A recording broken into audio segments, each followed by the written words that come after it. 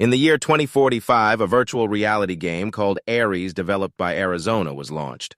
Aries is not just an ordinary game. All characters appearing in Aries are powered by AI. They have personalities capable of evaluation and action, but Aries is a different world. This is not merely a game. It creates a surreal experience with the application of super AI. A divine entity has emerged. The god of Aries will evaluate the players and grant them extraordinary abilities. Depending on their achievements, players will receive divine blessings from the god Aries. They can possess special powers, achieve legendary fame, become heroes, or build their own forces and claim kingship. This is everything that can be done in reality. All of this can be realized, and even the impossible in real life can become a reality in Aries with these special features. After the game launched, the reaction to this virtual reality game created by genius Lee Seo-jin was a tremendous explosion. It not only impacted the gaming industry, but it also affected global culture. In an instant, the number of players surpassed 1 billion. This young man with a face full of scars is our main character, Hyunu. He got this scar in a fire, transitioning to Seoul, South Korea at the hotel. No, not right now. A handsome guy was just observing the phone screen while sarcastically saying, "I knew it. Those fools are still clinging to their delusions. That wooden dummy can't just be smashed because you have the strength of a bull." Suddenly, a voice rang out from behind him. Kim Ji-hun. Now Ji-hun, hearing this, turned around and replied, "Oh, you're here already." The main character continued with a somewhat annoyed tone, "I told you during the day not to call." Hearing that, Ji-hun began to feel annoyed too. "What do you want? You can't call at night when you're working." "I can't just go into your dad's hospital room." "Over here." The main character didn't want to argue anymore, so he sat down and got straight to the point. "All right, what do you want?" Ji-hun looked at the main character's fully covered outfit and teased, "Aren't you hot in that?" Hyunu didn't say much. He just slightly pulled down his mask to reveal his face full of burn scars. "You want to die, huh?" Hearing that, Ji-hun quickly changed his tone. "Sorry, all right, let's get to the point." "You've heard about AEs, right?" Hyunu tilted his head slightly, indicating he had never heard of this. This made Ji-hun feel frustrated. "Don't tell me you don't know. This is the hottest virtual reality game on the market." "Forget it. There's an event in the game for beginners, got it? Let's just forget it.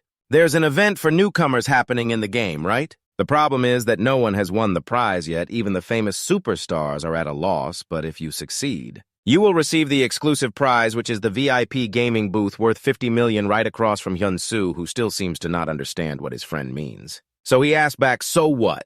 His friend Ji-hun smiled and tempted him to give it a try. After 5 days, he was already sweating with this idea since 1 billion people have failed. "What makes you think I can do it? I don't even play games that much," responding to that statement. Ji-hun began to present a clearer benefit. Of course, this challenge is extremely difficult, but it's not impossible, and if you can break that mannequin, who knows, you might have that opportunity. Hyunu started to feel that the situation might not be simple. His expression changed slightly, and he asked what he meant. Time quickly passed, and Ji-hun had led the main character to the front of a gaming booth, smiling as he introduced that his friend had prepared the Aries gaming booth for him. "It's 10 million, don't worry. It's standard quality with about 85% synchronization, but according to the producer, it won't affect the experience." Hearing its value, Hyunu's eyes widened. "What, 10 million won? That's about 1 billion players." Ji-hun shrugged and calmly explained that it's worth spending money on. "If everything goes well, you'll earn an even bigger reward, and now you can trade with real money, so everyone is jumping in here." "That's enough explanation. Let's do it. Let me try it out first, okay?" Not letting this young man finish his words, Hyunu clenched his fists and said in a cold voice, "Kim Ji-hun, where did you get this?" Ji-hun seemed not to want to explain much and simply replied that what's important is you should think about how much we can earn from it, and Hyunu continued to question with a sharp tone. "There's no guarantee that we will earn, right?" "What's wrong with you?" Ji-hun still smiled, seemingly unconcerned about the risks involved. "What's wrong with me? This is an investment, I've said it before. This is a once-in-a-thousand-year opportunity." Hyunu interrupted and asked coldly, "What opportunity?" He still hadn't let the main character finish speaking, and Ji-hun finally said something that made him confident. "Listen to me. Inside Aries, there are blacksmiths, you know. Sounds too good, right? Kang Hyunu, who are you? You are the only son of the world-famous craftsman and also the sole heir with your team. The wooden puppet turns towards the main character. At this moment, he could only sigh and slowly pull down his hood, then said, "So that's how it is. Why haven't I let you see clearly since the accident? Now I'm like this. I really can't push myself any further." In front of Ji-hun is the image of Hyun-soo with a face full of scars that extend all the way to the top of his head, leaving that area hairless. When he spoke those words, Hyun-soo also recalled the image of the fire incident years ago when he discovered his father lying collapsed among the rubble and rushed over. He pushed aside the debris and hurriedly carried his father out. That incident took everything from me. I managed to keep my life, but my father could never recover. The awareness and cost for treatment were too much for our poor family. To make ends meet, he went to work at the construction site as a worker who knew how to use a hammer. So he was asked to go outside to help Hyun-soo, bringing a hammer and nails to a table, silently thinking that according to my father, he had forged countless metal bars. But now even that I can no longer do, Hyun-soo thought with a face full of bitterness returning to reality as he remembered those things. His hands also unconsciously began to tremble as he continued to speak live happily with that. My right hand has no strength left. Not to mention forging just working on the construction site is already difficult. I really appreciate your kindness, but I will take care of my own future. Return that to me. Don't waste 10 million won like that. This fool is about to start his overtime soon. I'm leaving. And just like that, Hyun-soo walked straight out the door. However, before he stepped outside, Ji-hun coldly reminded him who the real fool was. Do you think I don't know that every month you struggle to pay your father's medical bills? How long do you think you can keep trying like this? Just consider that you can manage it. What about your life? Are you planning to keep living like this? Listen to me. This can change everything. The total medical expenses are 3 billion won, right? That's an overwhelming number, but that doesn't mean you can just give up like that. The friend I know is not like that. You said you wanted to be a blacksmith for life. You can do that in Aries. 10 million won, what the hell is that? Let me handle it. Just listen to me this once. Please, Hyun-soo, just try it once, okay? I won't pressure you anymore, but just this once. Hearing this, Hyun-soo fell silent, but when he looked at his trembling right hand, it seemed he still couldn't make a decision. Time quickly passed, shifting scenes to the construction site where the main character was carrying materials upstairs while thinking about what his friend Ji-hun had said. That guy Ji-hun is making my head spin. I have to focus on what I can do right now and quickly earn money to treat my father. Just as I was thinking about this, a sudden sound rang out. Hyun-soo turned to the side and saw a worker holding a hammer driving nails. The familiar sound reminded him of familiar images. Previously, the metallic sound echoed in his heart. Transitioning once again, Hyun-soo found himself in front of the game pod, quietly sighing. Finally, I have arrived here. It was the sound of metal forging that led me here, the heat wrapping around the sweat on my body, that familiar metallic sound. I will listen to it once more, father. With this thought in his mind, Hyun-soo quickly stepped into the game pod and the system was activated. A mechanical sound rang in his ears, welcoming him to the world of Aries. Character creation is starting. Please set a nickname for your character to hear this message. Without hesitation, Hyun-soo spoke his real name. He received a response from the system confirming that character creation was completed with the name. Hyun-soo began customizing his character. As he analyzed his condition, the sound echoed around him and he was enveloped by a beam of light. Next, the burn scars all over his body vanished. The system confirmed the analysis was complete. Do you want to continue with this appearance? Hyun-soo, astonished, stammered yes. The system continued completing character creation and searching for a server, ignoring the notifications from the system. Hyun-soo's hands clenched tightly in excitement as he muttered about that idiot Ji-hun. Now not only have I lost the scars, but the strength in my right hand has also returned to what it was. Ha, so I'm in debt 10 million now. I guess I have to work hard to pay it off. Very quickly, the system completed the final confirmation steps, transferring him to a random territory, moving to the Baden territory, the new player blacksmith area of Len. Inside the blacksmith shop, an old man, after putting on his gloves, spoke up. Do you want me to give up? Those damn professors. Just wait and see, I will forge a sword that surpasses that miserable place. Following this statement, he continuously struck the steel ingot in front of him with his hammer. However, the more he struck, the angrier he seemed to become, shouting loudly. Damn it right now. Hyun-soo's voice suddenly rang out, You're doing it wrong. This surprised the blacksmith. He turned around to observe and said, What did you say? The outsider just said something. Hyun-soo reminded him again, You can't do it that way. A voice full of doubt came from the small house. What, you're just a brat? Hyun-soo calmly raised his hand to explain. It seems like you're trying to forge a sword, but you can't make a strong sword that way. The blacksmith turned around to look at him with a hint of disdain, questioning, You don't seem to be from around here. What do you know to make such judgments? Hyun-soo slightly frowned and humbly replied, I know I'm overstepping my bounds, but it looks like you genuinely want to create a good sword. I can't just stand by and ignore it." The blacksmith, drenched in sweat from the heat, smirked and said, "You talk as if you know how to do it well." Saying that, he picked up the hammer and stepped towards him. "All right, then." Saying that, he picked up the hammer and stepped towards him. "What do I have to lose?" The blacksmith bluntly brought the hammer in front of him when Hyunsu challenged him. "Show me what you can do." He looked at him, raising his hand to receive the hammer, his voice deepening. "Do you really have the skills? I will observe you closely." Hyunsu picked up the hammer, quietly lowering his gaze. In his heart, he was secretly thinking that his initial plan was to build a relationship. "Well, let's use the forge. It seems this isn't too bad." He exhaled deeply and spoke, "I have a favor to ask in return." The curious blacksmith asked about the favor. Hyunsu replied, "Yes, if I can prove my skills, please let me forge a sword for myself." He looked straight at him honestly.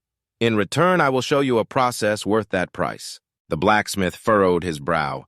"You're quite confident, aren't you?" Nevertheless, he chuckled heartily and turned away.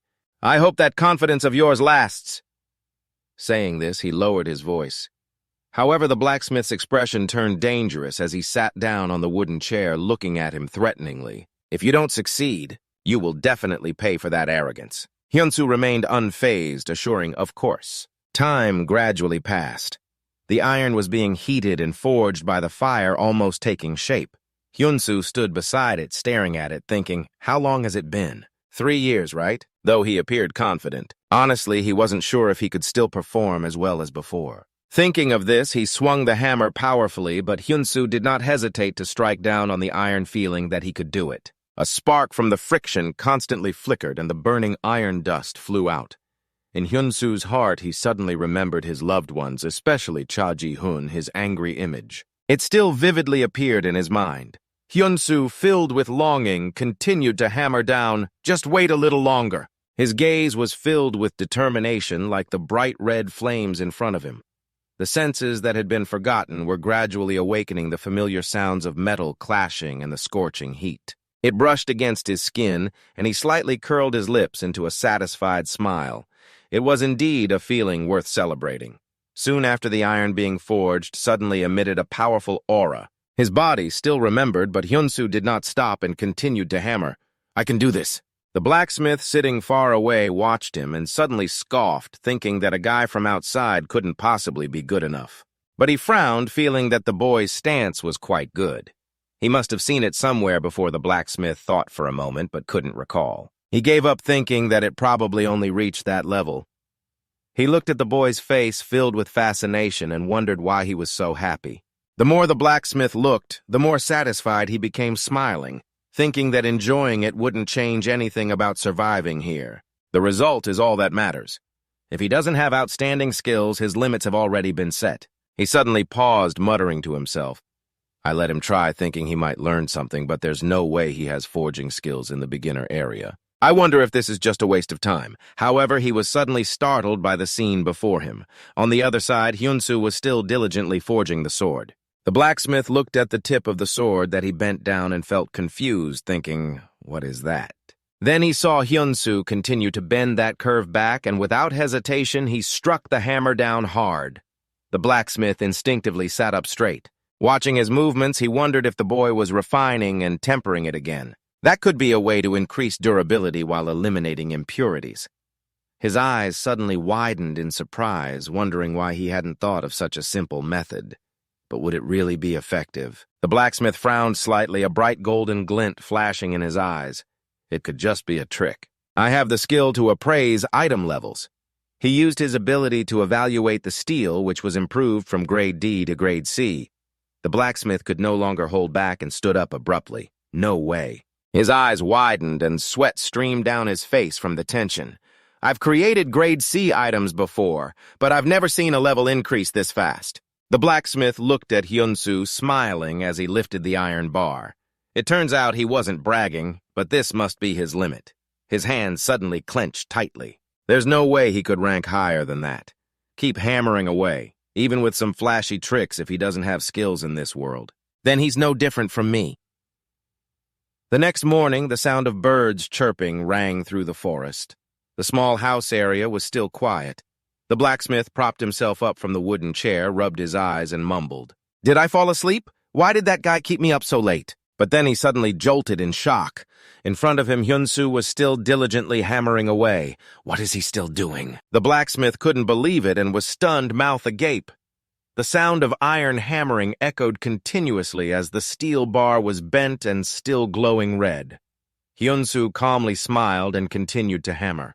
The burning steel in his eyes was filled with passion and happiness at that moment. His focus was solely on the red-hot steel bar in front of him.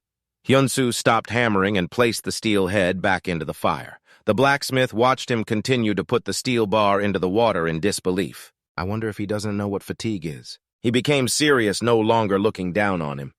He had repeated that process all night. Just then, Hyun-soo lifted the steel bar, which radiated a brilliant glow. The blacksmith examined the steel bar, which had turned golden with a notification of Grade B steel. He silently screamed in his heart. No way, Grade B. He broke out in a cold sweat, staring intently at Hyun-soo, telling himself, how is this possible? He reached Grade B without any skills at all, but the fact that he hasn't stopped means he's aiming for an even higher rank. At this moment, Hyun-soo was squinting to focus on assessing the quality of the steel bar. His fingers gently caressed the blade. Suddenly, he covered his face in disappointment and muttered, damn it. It's been a while since I forged. Am I overdoing it? While Hyun-soo was still deep in thought, the blacksmith beside him picked up the steel bar with tongs. He glanced at him and suggested, if you tell me what you plan to do, maybe I can help a little. Hyun-soo smiled happily and thanked him.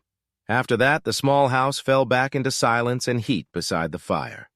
Hyun-soo and the blacksmith collaborated to forge that steel bar. It was gradually taking shape in their hands. Hyun-soo picked it up and examined it closely while the blacksmith noted down the process. The sky outside was gradually darkening. The blacksmith's eyes widened in amazement at what was in front of him. He held the steel bar in his hands, excitedly shouting, I can't believe it's Grade A. With this you can forge a rare grade sword. I can't believe this is happening. The blacksmith laughed heartily, turning to look at Hyun-soo. I have the skill to see item grades even if it's nothing special. I've never seen a magical item in the novice area, let alone a rare one. He was as excited as a child babbling on. With this, you can create a one-of-a-kind sword. Aren't you happy? Hyun-soo was bent over doing something. Hearing that, he calmly replied, It's too early to be happy. The blacksmith retracted his surprised smile, looking at him. What? When Hyun-soo raised a piece of wood in his hand and glanced at him, he spoke. I still need to finish the hilt and sharpen the blade more.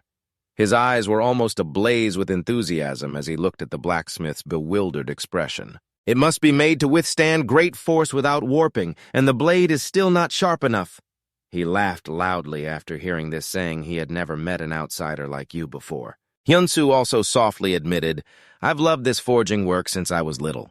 The blacksmith curiously asked, You said you would forge a sword and take it with you, right? He replied, Yes. The blacksmith said nothing more and reached for a stone that emitted a blue light. He glanced at him and smiled slightly. Well, then why don't you try working with this? Hyun-soo, confused, turned around and said, Sorry, what do you mean by work with what? He immediately focused his attention on the stone in the blacksmith's hand, and it seemed he recognized it. Is that? The blacksmith frowned and seriously replied, It's mithril ore. It's a family heirloom that has been passed down through generations. Hyun-soo took the stone from him. Why are you giving it to me? The blacksmith smiled confidently and looked at him, Because I have learned a lot from you and I want to learn more. Moreover, this ore is not something I can handle. At my level, I want to know what kind of sword you can forge with this mineral. He seemed to place a lot of trust in him, and Hyun-soo was very curious about that. Hearing this, Hyun-soo just silently stared at the stone that emitted a blue light. He quietly told himself that mithril ore was something that didn't exist in the real world. The corners of his mouth couldn't help but curl up slightly. He thought he could forge a weapon from the legendary ore he had only read about in novels. This was a gamble because he had never handled it before. But thinking about this, he looked up at the blacksmith. I don't think I can pass up this opportunity. Upon hearing this, the blacksmith laughed loudly in satisfaction. I knew you would say that. Can we help and learn a few things together? He immediately assured, Of course, after you have given me something so precious. The blacksmith became even more excited and asked, So can we call you master? If you want me to speak formally, then I will do so. Hyun-soo, hearing this, awkwardly refused, No way. You look like you've lived longer than me several times over. The blacksmith teased him and laughed joyfully. Age doesn't matter. Just accept me as your disciple. Just then, from the small house in the woods, Hyunsu's voice filled with helplessness rang out. Come on, what are you talking about? If you call me that, I won't use mithril anymore. Right after that came the angry shout of the blacksmith. Don't say that! A month later, the scene shifted to the newbie area of Aries village. This is the village where players from level 1 to 10 gather. At this moment, a brown-haired guy was staring intently at his two hands in astonishment, realizing that physical condition and abilities in the real world were indeed transferred into the game. No wonder you could only customize your appearance. On the other side, a friend wearing a hood seemed to notice something. He then spoke up to remind the person next to him, Hey, look, that must be it. On the other side, a friend wearing a hood seemed to notice something. He immediately spoke up to remind the person next to him. Look over there, that must be it. That's right. The event has existed since the moment he broke the wooden dummy after 10 attempts. This seemingly unremarkable event has had 1 to 2 billion people try and all have failed. Is that so? If successful, they would receive a VIP play area worth 50 million gold, and all the stats would increase upon hearing this. The brown-haired guy squinted a bit to observe and then remarked that 10 attempts should be more than enough to break it. In response to his words, there was a sound of frustration from the person in the hat. Forget it. I heard that lately there haven't been many challengers. The national athletes must be taking turns failing. Even the one who won the gold medal, Hyunu, also failed. Everyone believes that it is impossible. At this point, the big brown-haired guy was also astonished that if even Hyunu couldn't succeed, then didn't they intentionally set it up to be unbeatable? The small guy shrugged and said that's why there has been so much talk about it. Then the big guy realized something and asked, But why is everyone standing there and no one dares to challenge explain this? The small guy quickly replied, That's because today is the last hope of humanity. Before he could explain more, a voice rang out from behind. Excuse me, could you please make way? The small guy turned around and immediately saw a big uncle who seemed to charge in like a bull with an extremely fierce look. Everyone around immediately recognized this person's identity and exclaimed, Oh my, he's here! The strongest of the primate species. Mahoseok at this moment, Mahoseok began to display his hands, his gaze fixed straight ahead with a fierce demeanor. This was the dummy that even Hyunu had failed against. Next to him, people saw him walk past and felt a bit calmer.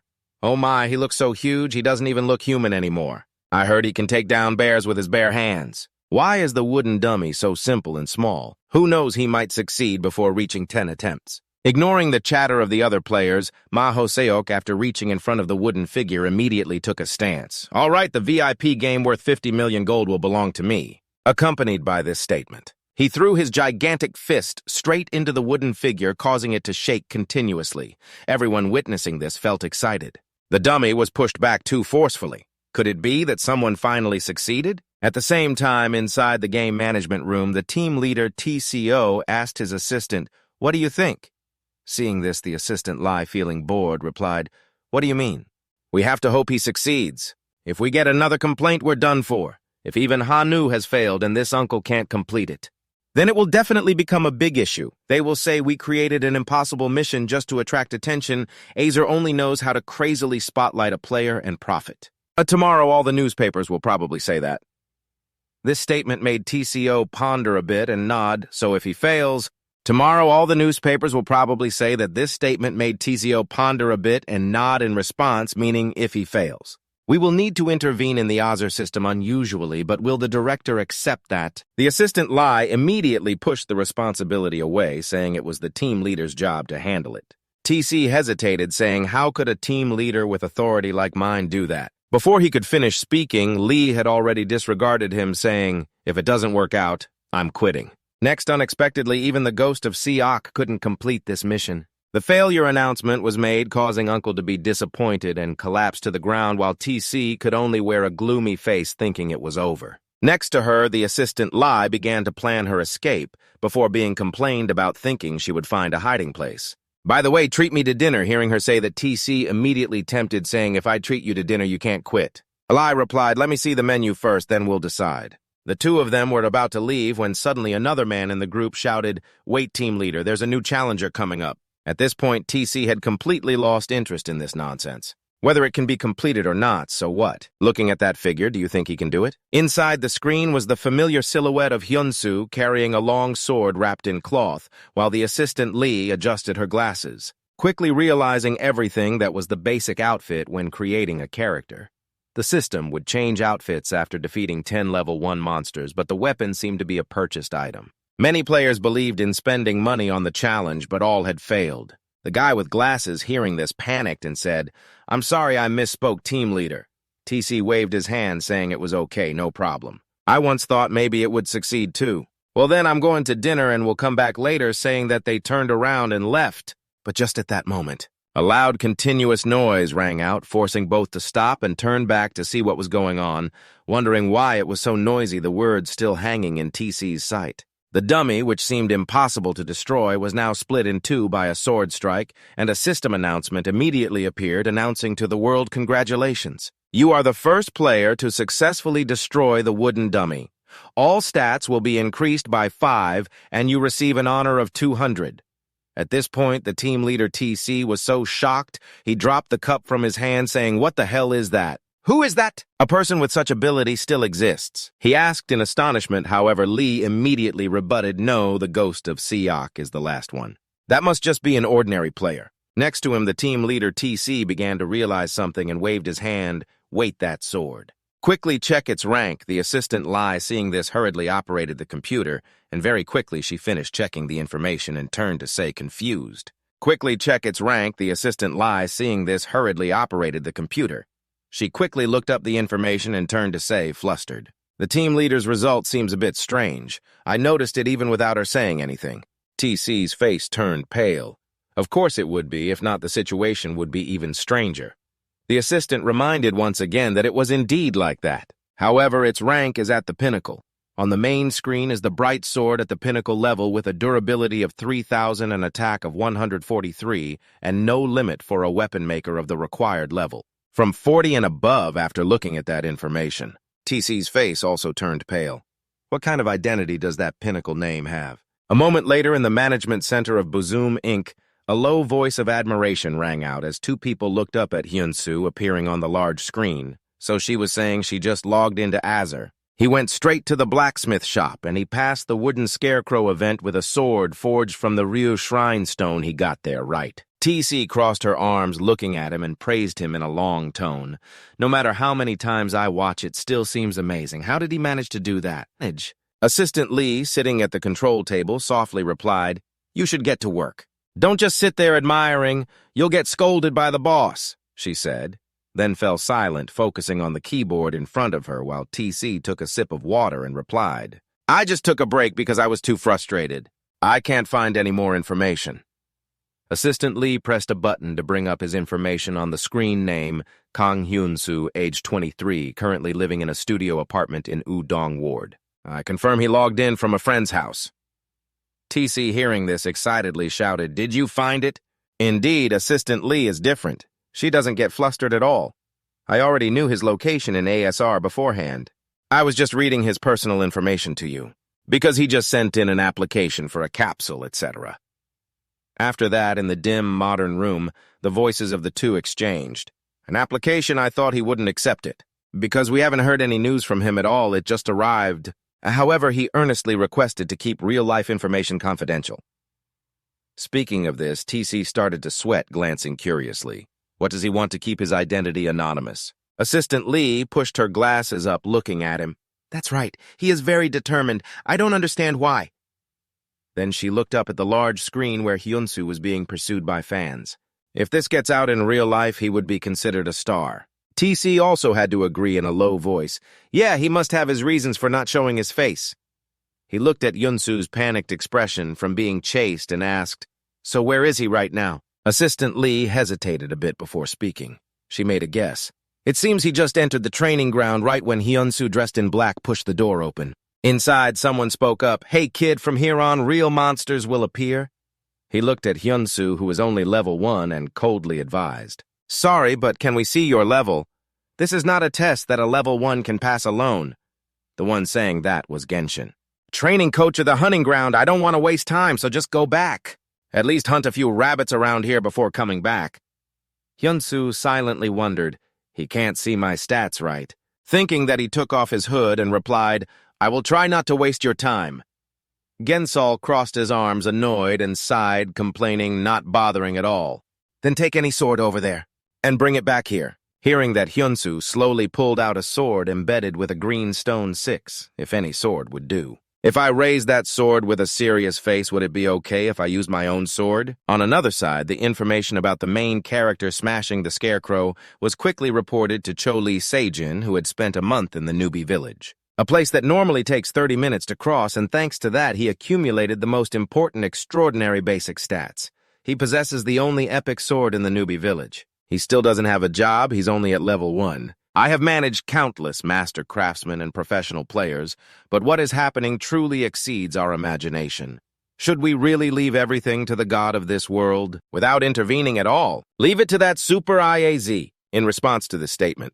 The genius, Lee Seijin, only smiled gently and said he was also worried about that right. Team leader Kim TC is currently in the newbie village. Perhaps he has no idea what fate awaits him. We just need to watch and see how far he can go. Back in the training room, Jen-sun frowned unhappily. Is this kid planning to use his own sword? He observed a handcrafted sword. Are you planning to become a blacksmith? The corners of his mouth slightly curled up. Jen-sun's tone was full of disdain for choosing such a pathetic profession. What a pitiful soul. He looked at him without responding, then continued, This place is very dangerous. Monsters surround from 3 sides. Johnson warned that a well-trained swordsman would be worth more than a mediocre equipment. Then he coldly added, So why would someone choose the blacksmith profession to come here? The system announced that Jen-sun's favorability had decreased by 10. Hyunsu just gently closed his eyes. This is the normal reaction I often see in reality. Being a blacksmith is truly no different from a useless dream. He silently felt that in Azur. That effort truly deserves recognition. He spoke up and asked who that was. Hyunsu looked at him, but among all the swordsmen who had gone through this training area, who was the one with the best skills, he strolled, I want to be tested more rigorously than them. Jensen gritted his teeth. Perhaps I am gradually rotting as a trainer in the hunting area of the territory. But then he cautiously looked at him, however. I have developed a discerning eye after training countless people. Now Jen-sun gritted his teeth in frustration, just a newbie, yet daring to say such arrogant words. The system immediately announced that trainer Jen-sun had been provoked. He was ready to respond. It might also be interesting to watch you try. A challenge has been presented. Genshin turned to me. He explained that my task is to teach the outsiders the basics and conduct a confirmation test. But I also grant a special challenge for a select few extremely outstanding individuals. His voice deepened, but the current level 6 challenge in the training area is the 3rd state challenge. In front of Hyunsu, a pack of level 6 goblins was fiercely attacking. Gensel glanced at him. Do you really want to try this? He continued, since you insist on participating in this reckless challenge. The price of failure will be very high if you fail. Don't expect to set foot in this place for a week. So the price of failure will be very high if you fail. Don't expect to set foot in this place within a week. Let's go hunt some rabbits. Do you understand? Hyunsu asked again if the 3rd state challenge is the final one. He widened his eyes, what I calmly want to complete everything to the final state in one go. Gensol is furious. Is he really looking down on the importance of his training this much? This kid is really driving me crazy. He cleared his throat, fine charge in, and give it a try. The system announced the 4th and final state challenge, the monstrous frenzy of level 15 is charging towards you. Hyunsu stood firm with a determined gaze. Very few people in the world can complete the 3rd state in training areas, and for those who have surpassed the 4th state, I raised my sword. No one has ever done it before. You charged in roaring as you rushed forward with the sound of the wind howling around you.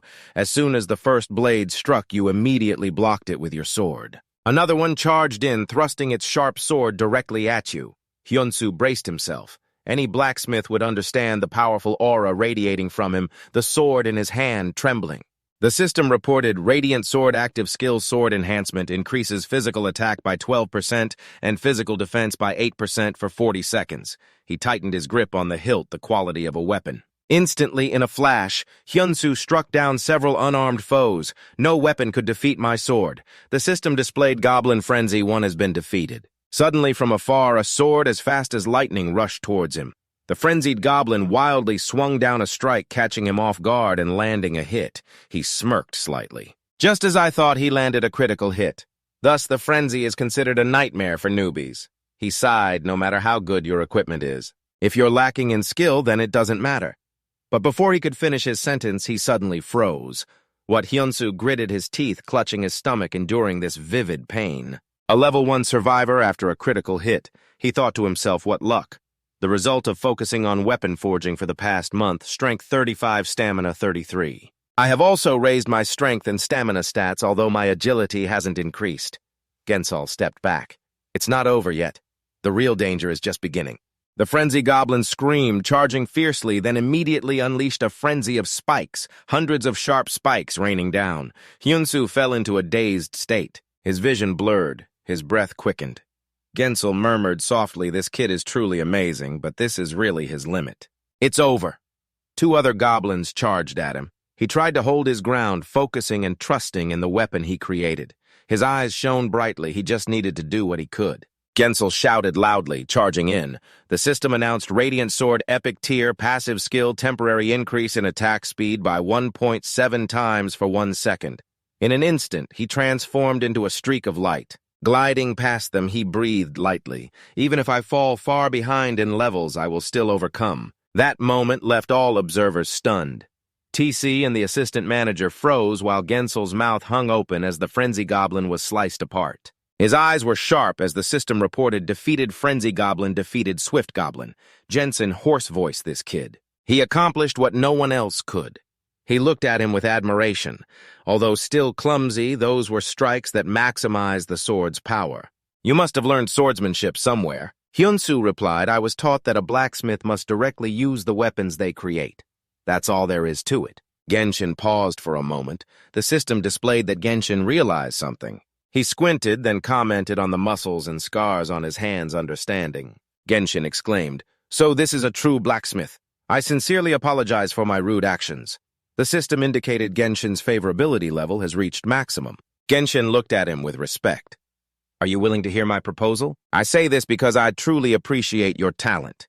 Have you ever thought about becoming the Lord of Frenzied War? The system notifies you that you can begin the legendary job transfer to become the Lord of Frenzied War. An astonishing TC snail, it's hard to believe he was stunned by someone like that. Once again, receiving the legendary job transfer to become the Lord of Frenzied War surpasses even the knights and the violent job of executioners. But that alone is something. It also makes him a special rank 2-player manager, right?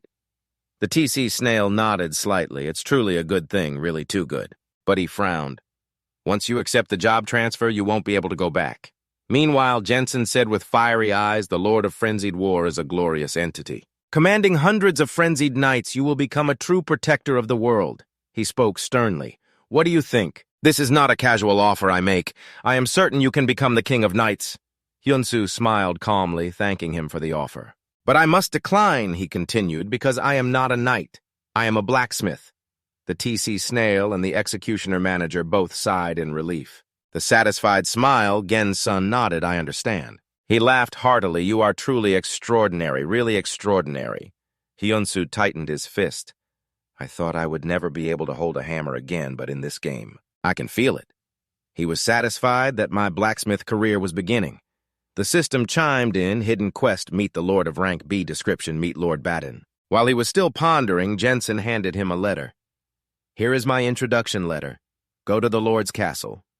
There is someone waiting for a blacksmith like you there. He added, as a reward for the challenge, I will give you the armor that was once used by the Lord of Frenzied War. It has rusted and lost its effectiveness, but I believe you will find a way to utilize it. He cheerfully encouraged him to try his luck there, the seemingly impossible tasks that others cannot complete. He was excited. I know you can do it. Hyunsu scratched his head awkwardly, greeting me. I will do my best. The executioner manager was happy. Finally, player Hyunsu has triumphed over the greatest challenge. The TC snail nodded slightly. Yes, even if just a little, his potential has returned. He looked up at the screen.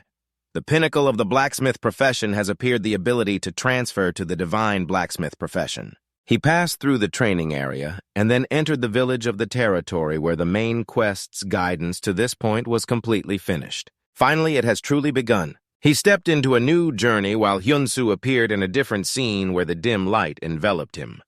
"First, you have logged out," he sighed. "That's right. I need to pay for gas. There are some things I need to do in the real world." He took out his phone, thinking he was used to the game, and confirmed it. "It's potential, but the balance in my account is very low. I need to pay for my father's medical bills and living expenses immediately." Just then, the phone rang. Ji-hun called. "Have you passed the hunting training area yet? I'm too busy to log in." He replied softly, "Uh-huh. I just received a quest and entered the village of the territory." You on the other side exclaimed, "Really? That's awesome. Now you can use the auction house, so go check it out first." He was surprised by the auction house excited. You can craft essential equipment and items in the game and sell them in the auction house to earn gold. 10 gold is 10,000 gold. Trading with real money is so vibrant that many people do it as a full-time job. "That's the real reason I pulled you into ASMR," Ji-hun added. "Do you know what I realized while playing the game? I've never seen anything as amazing as the swords you and my father made." You laughed and continued, "Did you see? I told you it will definitely happen. When you upgrade to the VIP cabin with a synchronization rate of 99.9%, it will be even cooler. Let's start listing the masterpieces of the world's #1 craftsman." He slightly curled the corner of his mouth and smiled, replying, "Thank you." Then he went to the restaurant eating while thinking, "That's right. I clearly saw the path I must take." Hyunsu ate while reminding himself that he needed to focus more on crafting and completing quests to earn gold.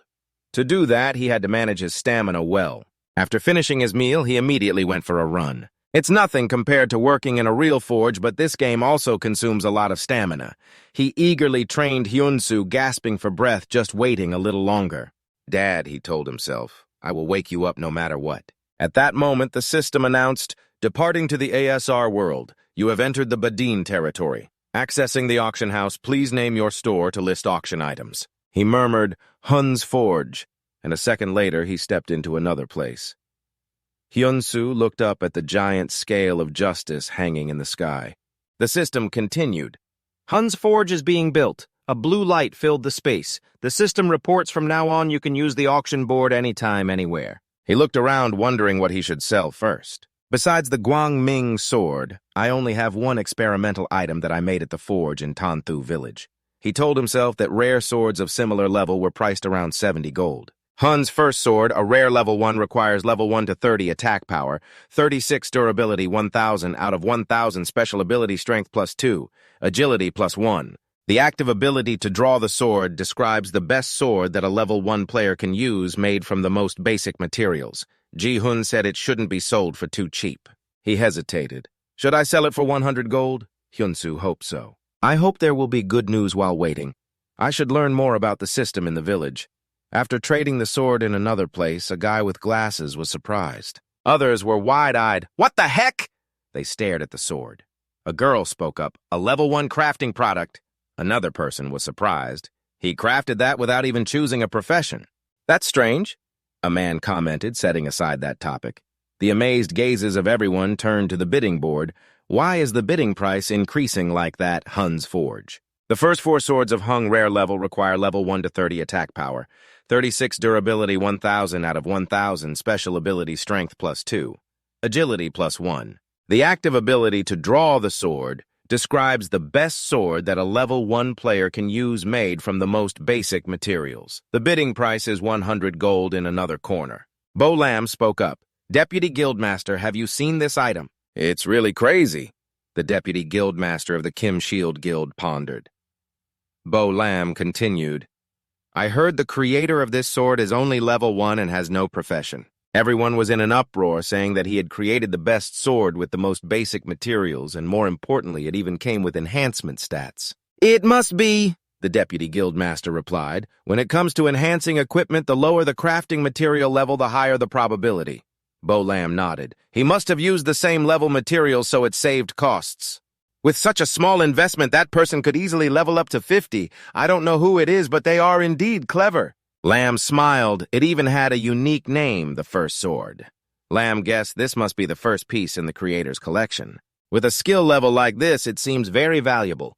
"What do you think, Deputy Guildmaster?" He replied briefly, "Valuable." Lam understood that this would enhance our reputation. Since we are the ones who recognized and purchased his first masterpiece, the deputy guildmaster nodded just as expected. You're really impressive. Then I will proceed. Hyunsu's face turned bright red with embarrassment. He was worried inside now that he had listed it for sale. He felt so ashamed. It was just to practice forging after a long time and to get used to the game. What if it doesn't sell? At that moment, the system announced, the item you listed, Hun's first sword, has been sold successfully. The system then gave him an adventure handbook to check what equipment he had. Opening the adventure handbook, he was astonished. It's sold already, Hyunsu wondered. 100 gold, isn't that a high price? How much did it sell for? When he saw the number displayed, his eyes widened. He excitedly shouted, 1,001 gold. His expression was joyful. This is insane. He was curious about who bought it. The winning bidder is Lamb from the Shield Guild. A new message appeared. Hello, I am Lamb from the Shield Guild. It is an honor to purchase Hun's first artifact. Our guild's doors are always open to talented individuals. Please feel free to contact us anytime. If you are interested in an exclusive sales contract and joining our guild, he thought to himself, the Shield Guild. After opening the information, he saw two guilds, the Shield Guild and the Blacksmith Guild. Followers, 780,000. This surprised him. This guild has 780,000 followers. He thought of Ji-hun, who said attracting followers is harder than leveling up. Having many followers means many users are interested, and that interest can directly translate into profit. He was skeptical. Right now, Hun's Forge only had 82 followers. At that moment, a letter arrived. He muttered, but then opened the mailbox. Invitation papers flew around him. The mailbox opened. Hello, this is the Truth Guild. The Gaosong Guild wants to invite you, Hun. We would like to invite you to join our guild. We will support you wholeheartedly. Come to our guild, Captain Hammer, a choice you won't regret. Recruitment invitations from various guilds were flooding in. The system announced, AZ is now waiting for blacksmiths to gradually disappear from the real world. A blinding light opened a new door, he pondered. The value of a craftsman's skill here will be where it shines even brighter as it can be seen through data and precise numbers. Now is not the time to join a guild. He walked slowly towards the Lord's castle, filled with determination. I haven't even shown half of my skills yet. He was resolute that determining his value would start right now. Inside the castle, voices echoed. Ben, is this really impossible? Lord Baden, hello. Ben smiled and replied, yes, my lord. The guy knelt down. The recovery process has a chance of failure. So we not only risk not being able to recover it, but also possibly losing it forever, that's why. We need to find the best recovery expert on the continent for this job. Badin spoke in a low voice. And that expert can only be found in the capital. That's right. And due to his unpleasant personality, he refuses to meet anyone. Moreover, if you want to bear the cost of bringing him to Lord Badin's territory, stop right there. I've heard that too, but I can't just abandon my responsibilities in the territory and go by myself. Ben looked down at the old nobleman and said, but this is the only relic my father left behind. It's a bow with a unique shape that no one has ever seen. I guess there's no other way. Ben felt pleased inside. It's almost time. I've worked hard for an entire week to gain the trust of Lord Baden. Now is the time to receive the reward I deserve. The information board appeared showing user Ben at level 100 of the super thief profession, surpassing all limits of the profession, currently disguised as a blacksmith, skillfully promising to descend. Now is the time to receive the reward he truly deserves. Ben happily replied, then 300 gold is necessary for the restoration and... Ben immediately responded, yes, if you hand me the bow, I will take it to the capital and ensure... But before he could finish, a strange voice interrupted, I can restore it. The door opened and Hyunsu stepped in, speaking up about the bow. He spoke firmly, it can be restored right here. Sir? Ben said, his eyes flashing with anger. Who is this bastard who dares to ruin my perfect plan? Ben was suspicious. What are you saying you can restore it? The man frowned slightly and lowered his voice. My burned bow. He turned to the guard, speaking sternly. Who is this person? Immediately the soldier stepped forward. Yes, sir, he is the one carrying the introduction letter from the trainer. Jensen. Ben was slightly surprised. You mean Jensen from the new hunting training area? Hearing this, Badin immediately asked, as the Lord of Badin, I request one thing, please tell me your skills and experience. The system announced, Lord Badin requests information. News about your profession and level? He calmly replied, my name is Hyunsu. Currently, I'm only level 1 and have no profession. Ben was stunned and shouted, that's ridiculous! A level 1 who dares to be arrogant in front of the Lord, the man scoffed. And you don't even have a profession. Don't you know that the restoration skill can only be learned by blacksmiths at level 8? You can't learn it any sooner. The man gritted his teeth and growled, "Do you know you are looking at a reflex bow?" "Is that so? Get out now. Don't ruin the work I have prepared for a week." Hyunsu merely smirked. "You're wrong." He slowly bent down to examine the bow. "This bow is not a reflex bow." His voice steady. "It is a type called a recurve bow." The blacksmith frowned. "Recurve bow." The guard's eyes widened in surprise, while Badin remained silent, quietly observing every gesture of Hyunsu. He continued slowly. "I have heard about the situation from the guard baker. You are trying to restore the bow that your late father left behind after it was burned. A gift from a mysterious guest from ancient times." He touched the broken wood and remarked, "A unique bow shape that has never appeared in this region." He waved his hand slightly. "That's enough." Badin's eyes turned cold. "I always try to be generous with strangers on my territory, but I am tired of the baseless nonsense surrounding this relic." He lowered his voice to warn, "From now on, you should only speak of what you can take responsibility for." When Hyunsu's eyes brightened with determination, he said, "I hope to confirm one thing. This bow, although it has a unique shape and was gifted by a stranger, isn't it actually crafted right here in this territory?" That statement caused him to be slightly shaken. Hyunsu furrowed his brow and continued, "On my way to the hall, I saw a painting depicting a herd of creatures resembling the water buffalo." He paused for a moment before continuing. "In my world, the horns of the water buffalo are also considered a very special material." He picked up the bowstring. "However, the strange thing lies in the curvature of the bow. Instead of the usual cow tendons, it uses whale tendons. Can you explain this?" Badin's eyes softened. "You are correct. That guest is a friend of my father. He is also a blacksmith." He slowly recounted, "The painting you saw depicts the migration of a herd of creatures called the Great Water Buffalo. The horns of the Great Water Buffalo and whale tendons both are treasures that can be found in the swamps and ports of Badin. Badin shared he used the finest materials from Badin to gift to my father." Badin looked at him with admiration. "You can see through the secrets of the materials that even a level 1 blacksmith cannot. At the same time, he is also a blacksmith." He slowly described the painting that you saw depicting the migration of a herd of creatures called the Great Water Buffalo, with horns of the Great Water Buffalo and whale tendons. Both are treasures that can be found in the swamps and ports of Badin. Badin shared that he had used the finest materials from Badan to gift to my father. The crazy father looked at him with admiration. "You can see through the secrets of the materials that even the blacksmith LV cannot." Ben bit his lip tightly, sighing heavily. "We can't just let this relic wither away over the years. We are so desperate that we would seize any opportunity. You want to entrust it to anyone, Hyunsu, right? If you're willing, please take responsibility for restoring this relic." The system announced the restoration quest for the Lord's crossbow at level A with a reward of 500 gold.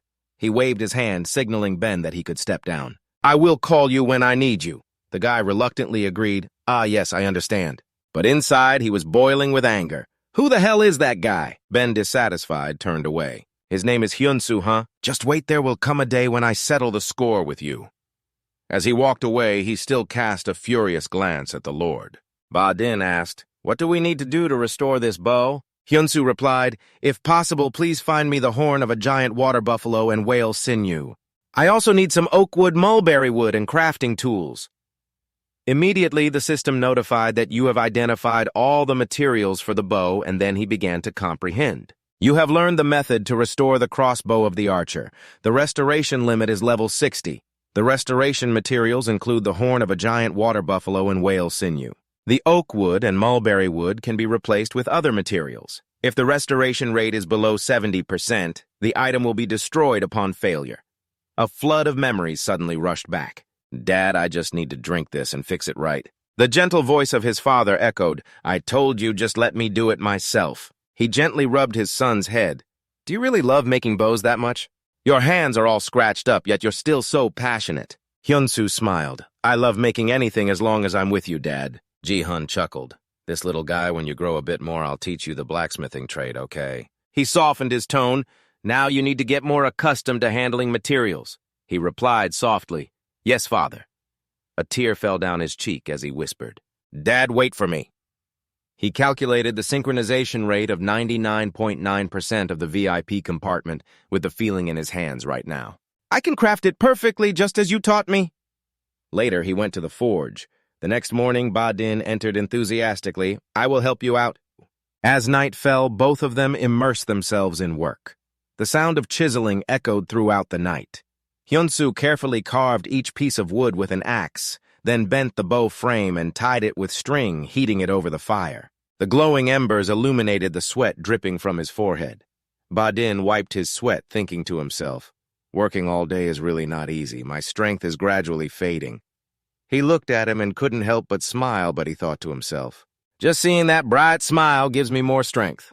The next morning, he was feeling dejected, but his eyes were heavy. He didn't expect to have to toil for a whole week. Ba-Din lay flat on the ground. Can't we go back right now? Hyunsu gently replied, no. You need to stay to continue helping to perfect the bow. He looked up with sincere eyes. The reason you come to the forge every day, my lord, is that you want to personally restore your father's relic, right? Ba-Din chuckled softly. That's right. He slowly sat up. That bow is the only thing left that holds memories of my father. He looked at him softly. Hyunsu, what about you? It seems you are also very happy making that crossbow. 10 days passed as they worked tirelessly. 15 days later, the final shape of the bow began to emerge. After 20 days, both were drenched in sweat, but their eyes still shone with hope. On the final day, he exclaimed, his voice resonating in the forge.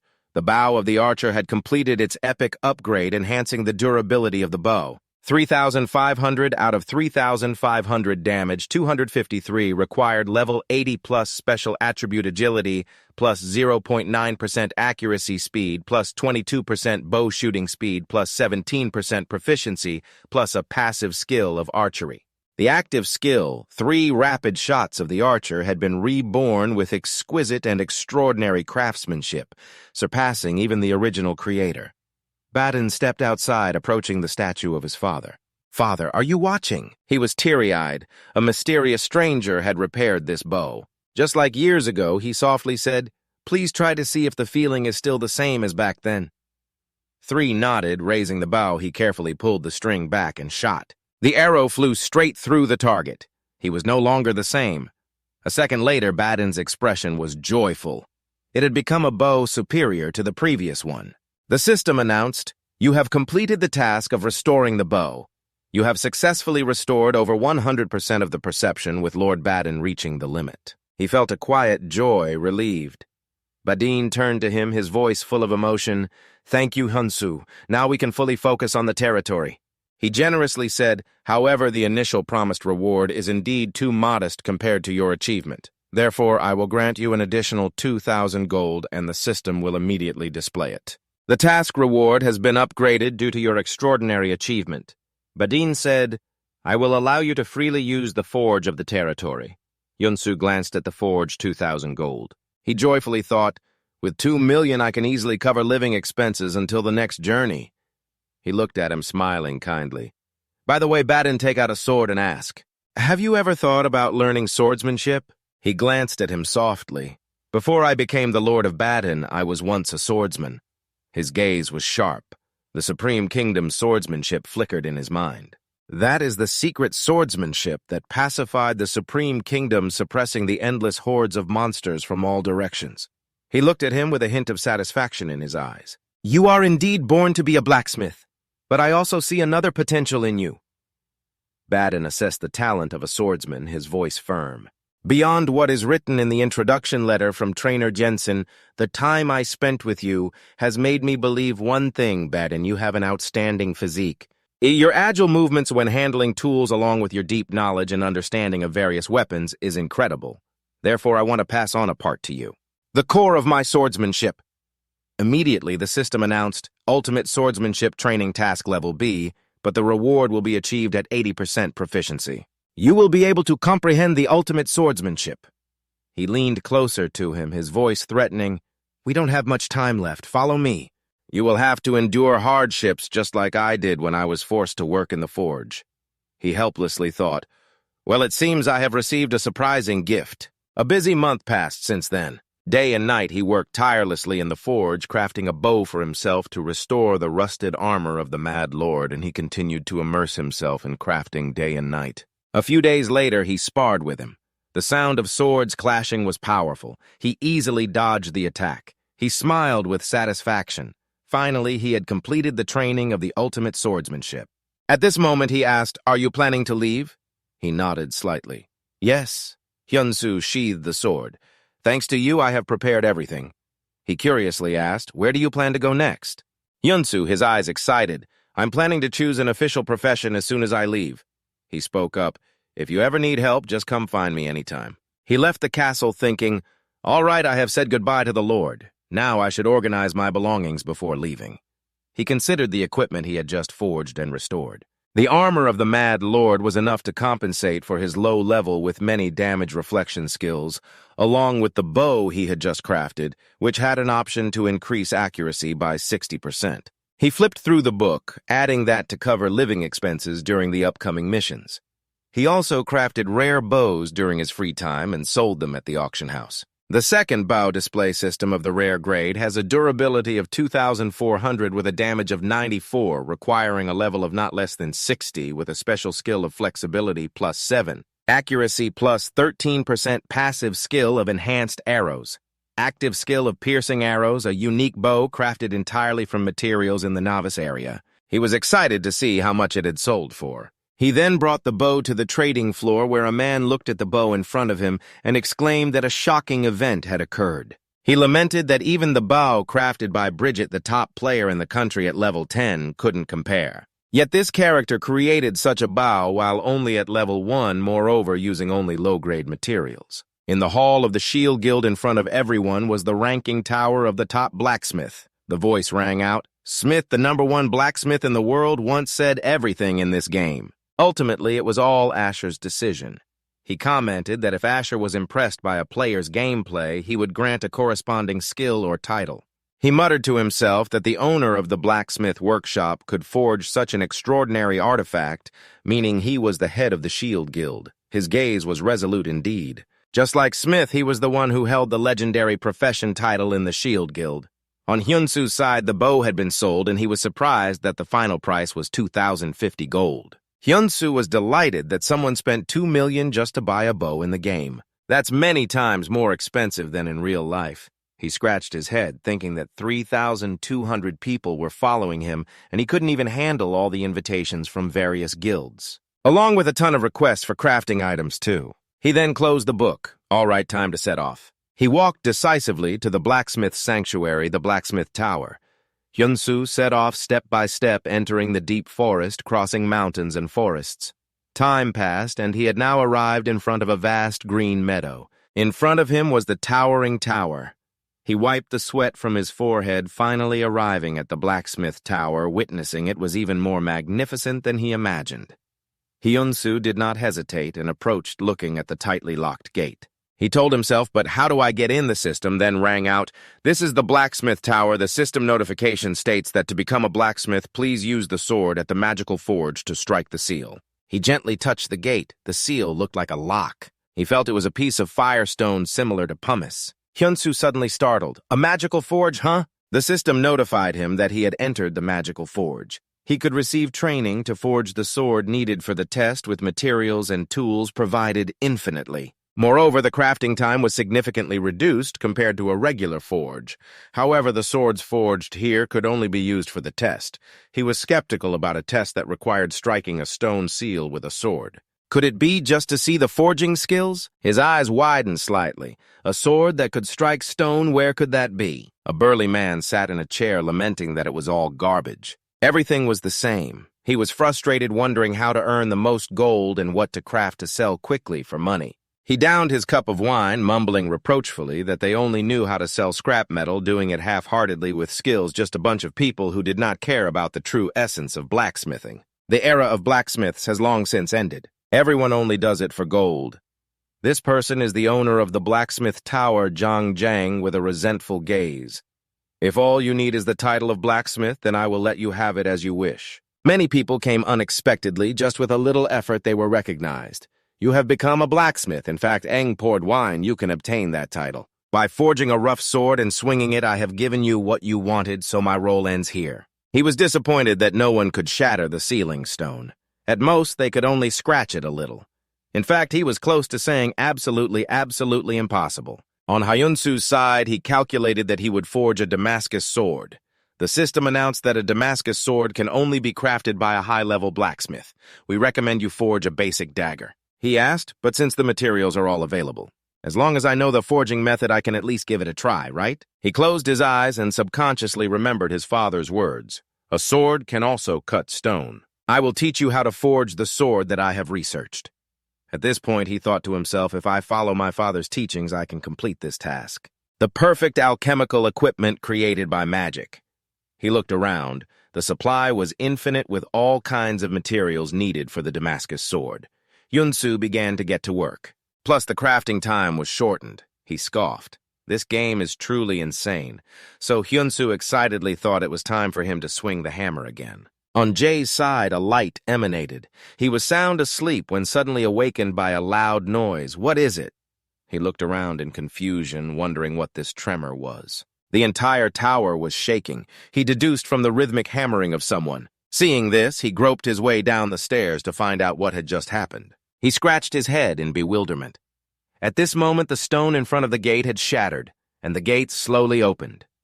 Jia-en was horrified. Don't tell me, he stammered, that someone has appeared and shattered the sealing stone. Jia-en looked at him standing in front, dumbfounded.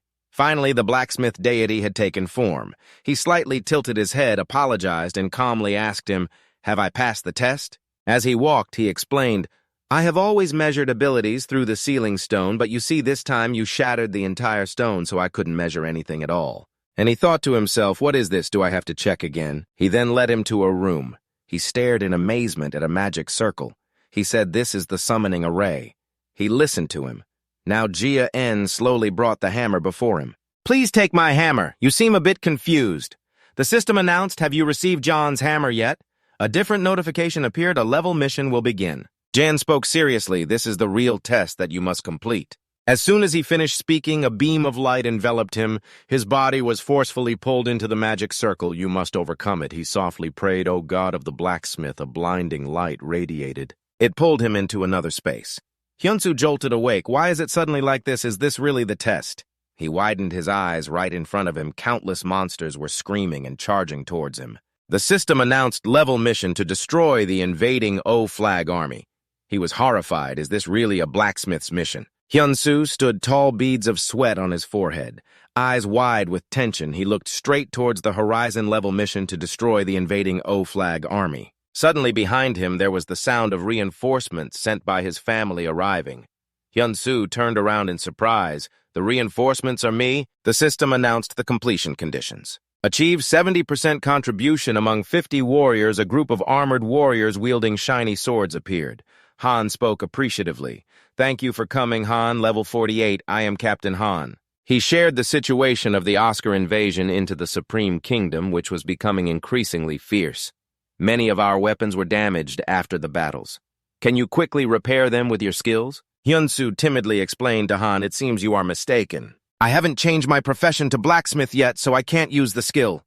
He exclaimed in shock. What Han continued to ask then, "What about the hammer you are holding?" Hyunsu was startled, looking blankly at the hammer in his hand. He replied awkwardly, "I received it in the profession test and was sent here to take another test." He suddenly asked about your combat experience.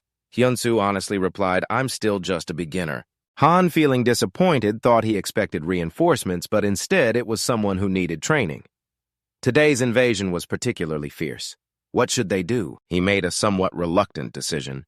"The situation is not good. I invite you to temporarily stay at the watchtower. There's a safe place for you to rest until we return." Suddenly, a sharp axe flew towards the two of them. Han quickly turned around, his face tense and alert, while Hyunsu's eyes gleamed with intensity. Demonstrating extreme focus, a blinding flash erupted, accompanied by a loud clash. Hyunsu swiftly drew his sword from his side to block the deadly axe strike. The axe was knocked away, rolling on the ground. Han was completely stunned by the speed and power he had just witnessed, and Hyunsu resolutely spoke up. "Even if I'm still clumsy, I can still fight alongside you." He thought to himself, this is really a test. Han silently mused, "A beginner, really." The group of warriors hurriedly marched with heavy footsteps passing through the dark land towards the battlefield. Hyun-soo reminded himself, "As long as I fight like when facing the goblins, it will be fine." Han turned his head and said seriously, "Hyun-soo, follow Bayo's team. They will guide you step by step." Bayo shouted loudly, encouragingly. "Hyun-soo, we are counting on you." He volunteered to go ahead. The goblin charged forward, brandishing an axe, revealing its sharp fangs and blood-red eyes. Roaring in fury, Bayo raised his shield to block a powerful axe strike. The impact created a bright spark. Hyun-soo acknowledged that this pressure was completely different from facing the goblins. This was the real battlefield. Another goblin rushed to attack. Hyun-soo thought resolutely, "But I have a feeling I won't lose." He quickly seized the opportunity. Raising his sword, he struck forward. Hyun-soo accurately slashed at the head of the Oscar, delivering a massive blow that caused its body to collapse. The system displayed a notification. "You have defeated Oscar, earning 86 experience points." Hyun-soo felt satisfied, thinking that his month of training was truly not in vain. The system continued to report, "You have leveled up. Hyun-soo level 2. No class." Surprised, Hyun-soo thought, "I really haven't changed my class yet. That's amazing." He was startled, his eyes wide with worry as he realized his teammate was in a critical situation. He muttered to himself, "Bayo is in danger." Hyun-soo quickly took action to switch. Switching weapons to a crossbow, he readied himself for battle, raising the bow high. He focused intensely, his eyes shining with determination. The arrow flew with a speed that tore through the air, carrying explosive power. Over here, a goblin was leaping to attack another warrior. The goblin was hit, its red eyes wide open in intense pain and horror as its body was pushed back by the force of the arrow. Blood splattered in the air as he observed his teammates. Bayo was ambushed from behind by a goblin. Hyun-soo quickly drew a second arrow. He shot the arrow straight into its head, causing Oscar to scream in pain. Another fatal arrow pierced its body. The information was updated, "You have leveled up." Bayo was astonished, thinking, "One bow and arrow took down a giant goblin. How was that possible?" Han frowned and commanded, "Focus everyone, Bayo. The goblins are charging straight at Hyun-soo." Hyun-soo was surrounded by a group of goblins. Bayo panicked, his heart racing. He was in danger while trying to save himself. He angrily blamed himself. "How could I lose focus right in the middle of battle?" Bayo felt immense regret, thinking, "It's all my fault." Hyun-hyosu raised his hand to summon and switched to the radiant sword. He unleashed the chaotic dance technique. An angry goblin roared, its rough-faced, twisted mouth wide open with sharp teeth. The system confirmed chaotic dance attacks all enemies within a 10-meter radius. Today, Hyun-soo successfully received the results from the system, "No target discrimination. You have leveled up." Contribution level reached 19%. Han laughed confidently, looking at Hyun-soo. "Actually, I didn't send you here for nothing. With you by my side, I am filled with hope that we can achieve things we couldn't before." Everyone exclaimed in admiration as Han boldly declared, "Listen to me, today we will annihilate the OC army," along with Hyun-soo, who announced an important message. "Your achievements have boosted the morale of the expedition team." Hyun-soo felt joy in his heart as if he were truly a member of the team. He worriedly thought, but a sudden notification appeared. "You have defeated Hyun-soo."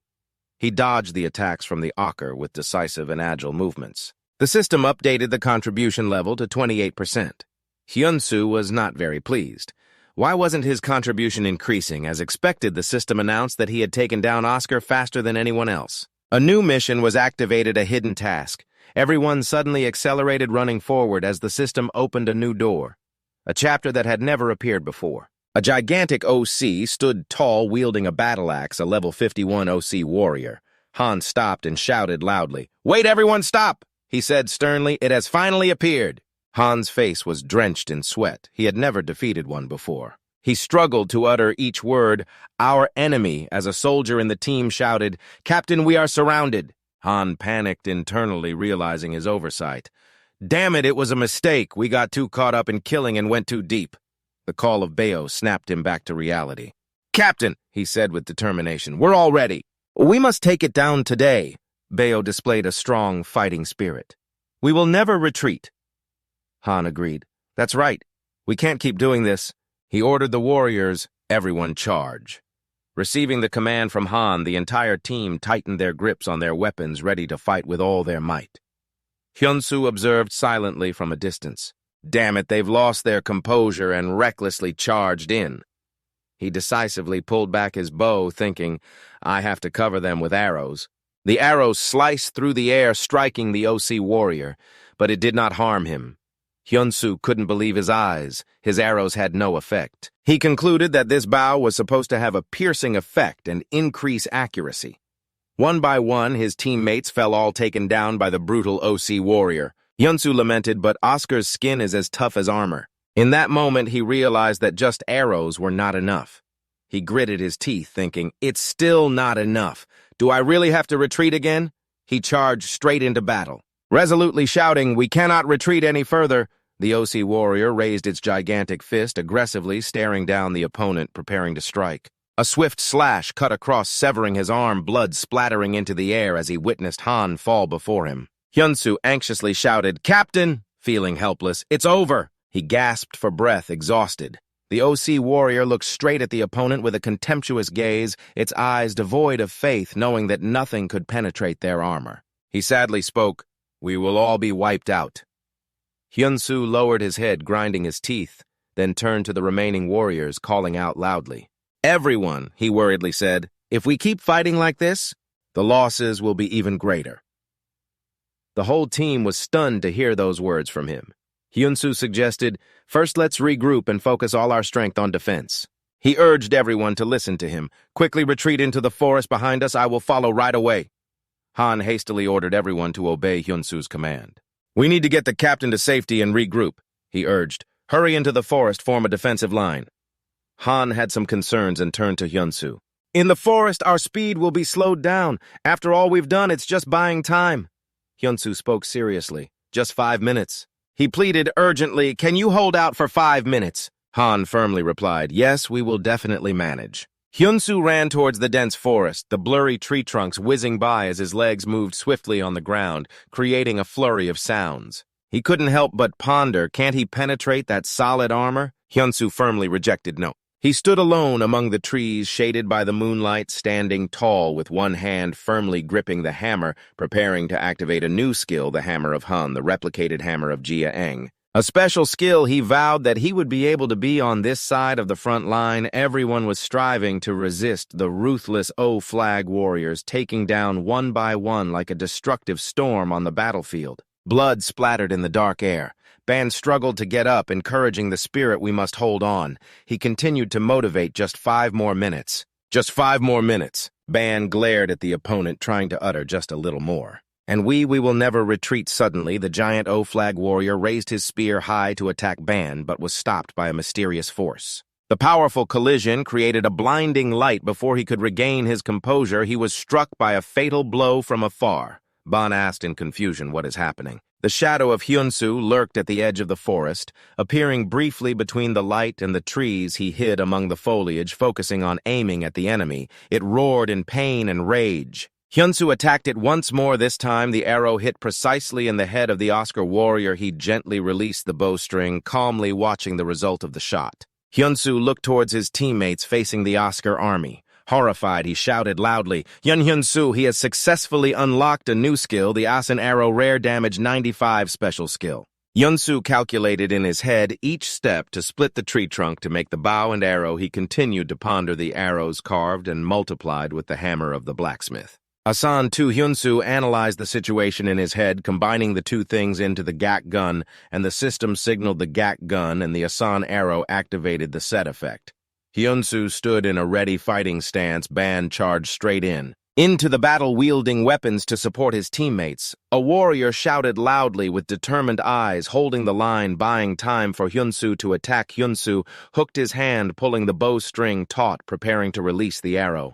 The arrow was shot directly, aimed straight at the O-flag's forehead. He silently felt confident with his new weapon. The penetrating power of this Asan arrow could rival that of firearms. Using gunpowder, the AR cubit, his eyes focused on the target. Another arrow was shot out, flying at the speed of light, the impact causing the ground to tremble. Creating swirling energy rings directly striking the top of the warrior's head, a new notification appeared on the interface. You have defeated a warrior. The system flashed again, upgrading the previous attack. Causing it to lose its footing, the system signaled that it had received the title of the Slayer. The warrior stood in shock as it watched its teammate fall before its eyes. Fear was clearly visible on its face as it dropped its weapon and fled. No one wanted to miss the chance to shout out that the warrior was terrified and trying to escape. Catching it behind it, Hyunsu was closely pursuing. The light from the weapon flared up, radiating a powerful energy amidst the battlefield's dust as Hyunsu leaped into the air. The bow shot down from above his eyes, red as blood shone with a terrifying, murderous intent.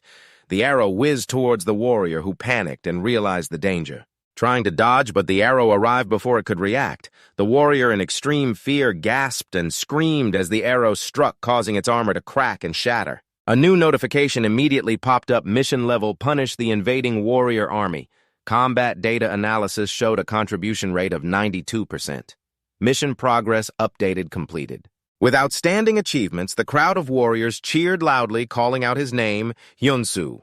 The interface displayed a notification that the punishment force was extremely excited about your accomplishment. Another notification appeared: the punishment force trusts your command. Hyunsu received the hidden title Battlefield Leader. Special skill points, 10 reputation points. Han, worried, spoke weakly to Hyunsu.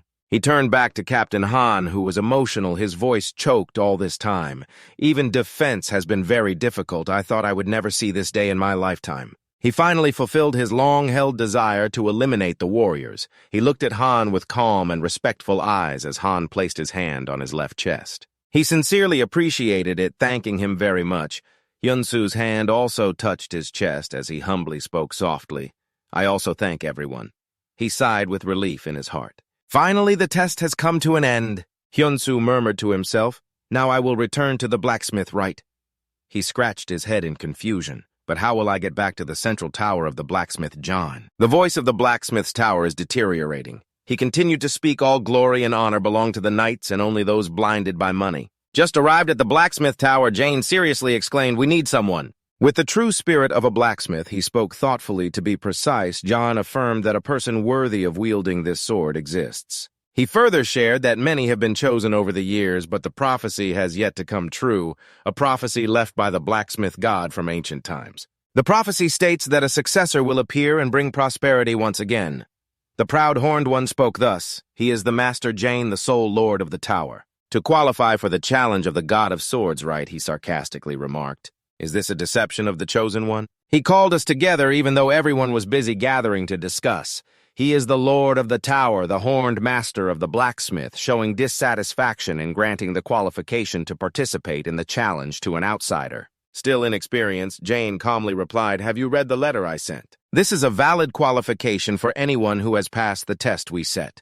Moreover, he recounted Hyunsu's achievements. He hasn't even changed his profession. Yet he led the soldiers and demonstrated his forging skills, completely annihilating the enemy warriors. A master blacksmith asked in surprise, completely annihilating the opponent. He continued. Without changing his profession, Jane continued to explain the challenge was established based on the prophecy. The successor of the blacksmith god is the strongest. Thus, this sword will be granted to the one with the perfect answer. He chuckled to himself. Only he knows that joy. He will know soon enough. A soldier entered respectfully, reporting Sir John Hyunsu has arrived at the hall. He replied, seriously understood. Actually, he commanded in a stern voice, bring him here. Hyunsu stepped into the hall, each step cautious and decisive. He placed his hand on the wooden door, pushing it open little by little. The door swung wide open, and Hyunsu entered with a confident demeanor. Jain smiled in welcome, greeting the outsider who has overcome many challenges. You are entering the blacksmith's sanctuary, he continued, Jain boldly declared. You have earned the right to challenge the prophetic sword, the treasure left by the blacksmith god. Jane continued to encourage, as soon as you grasp the sword, everything will be determined somewhere. You will receive a worthy reward. Hyunsu felt surprised. A thought crossed his mind, a worthy reward. Because I even surpassed another low-level task in the Profession Change Challenge, perhaps I will be upgraded to a legendary class. Kosan from behind spoke with a mocking tone. Congratulations, you have stood here with us at this glorious place. He exclaimed in admiration, your performance was amazing, being able to remain calm in such a desperate moment. There was a horned one smirking disdainfully. However, the arrows you created are just copies of Suna Zion, he mocked anyway. You are very lucky. If it weren't for that epic bow, you wouldn't have been able to pass the challenge from the start. The horned one laughed loudly, challenging, so go ahead and draw the sword. You couldn't overcome the challenge from the start. The horned beast laughed loudly, challenging, so just draw your sword here. Let's see if you're still lucky. Hyunsu bit his lip, suppressing all the emotions that were welling up inside him. He realized that these were the masters of the blacksmiths. They were extraordinary NPCs, the master blacksmiths, having gone through many battles in the past that created legends in Azeroth to achieve this. They all had to possess astonishing levels and titles. As blacksmiths, the system display indicated the rank of the Power Master of the Caution Tower, the Master of the Forge Tower, level 365. Hyunsu confidently thought to himself that they must be amazing, but he didn't think his skills were inferior to anyone's. He was sure of his assumption, moreover, if we compete entirely without relying on titles. Then what Hyunsu encouraged himself that he could do it. He stood before the sword of light that was emitting extremely powerful energy. Before Hyunsu could touch the sword, it suddenly radiated a halo and hidden power, making Deng look terrified.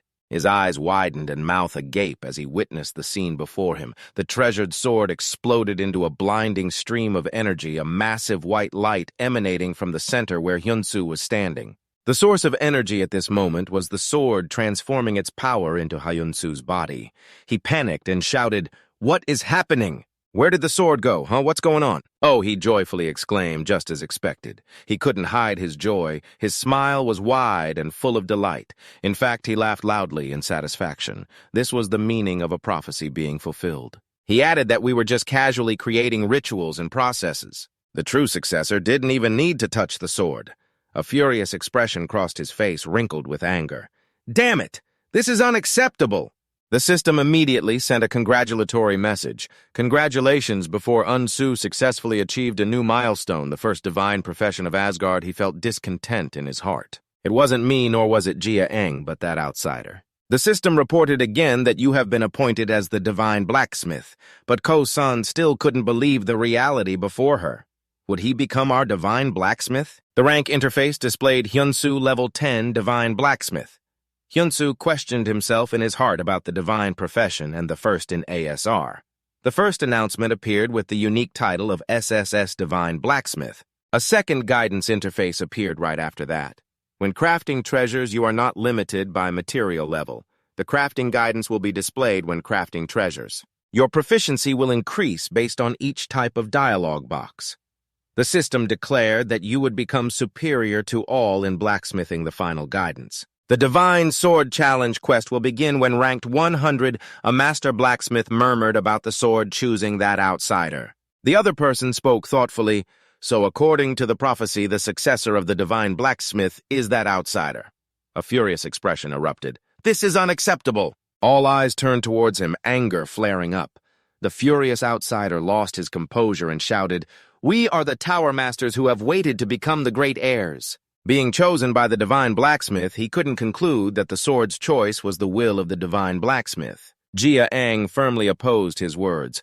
"The prophecy is absolute." A cousin reacted very strongly. "This is not a stubborn person recognized by all the Tower Masters. He would become the heir of the Divine Blacksmith. That was also part of the prophecy." He spoke in a strong and powerful voice. Therefore, the former Tower Master of the Forge raised his hand and pointed, declaring, "I challenge you, outsider, to a forging duel. The former Tower Master established a covenant if you defeat me in this duel. I will acknowledge you as the heir, but if I win," he lowered his voice, appearing smug, "you must give up the position of the heir chosen by the prophetic sword and concede." Jia Eng sternly called on everyone to step up and stop him from losing his mind. "Everyone, we must control the outsider." But everyone turned a blind eye. He frowned, muttering reproaches at these people.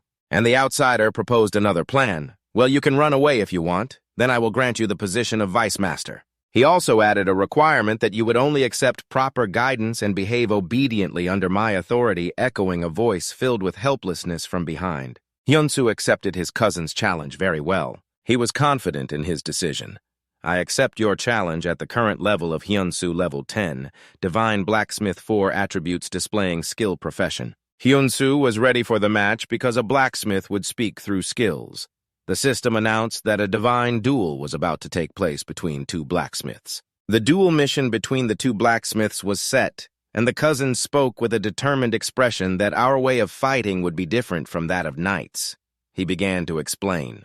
"We will forge artifacts that carry our souls in the forge, then use the blades we create to fight. The first one to break loses. Cousin pointed to the waiting hall.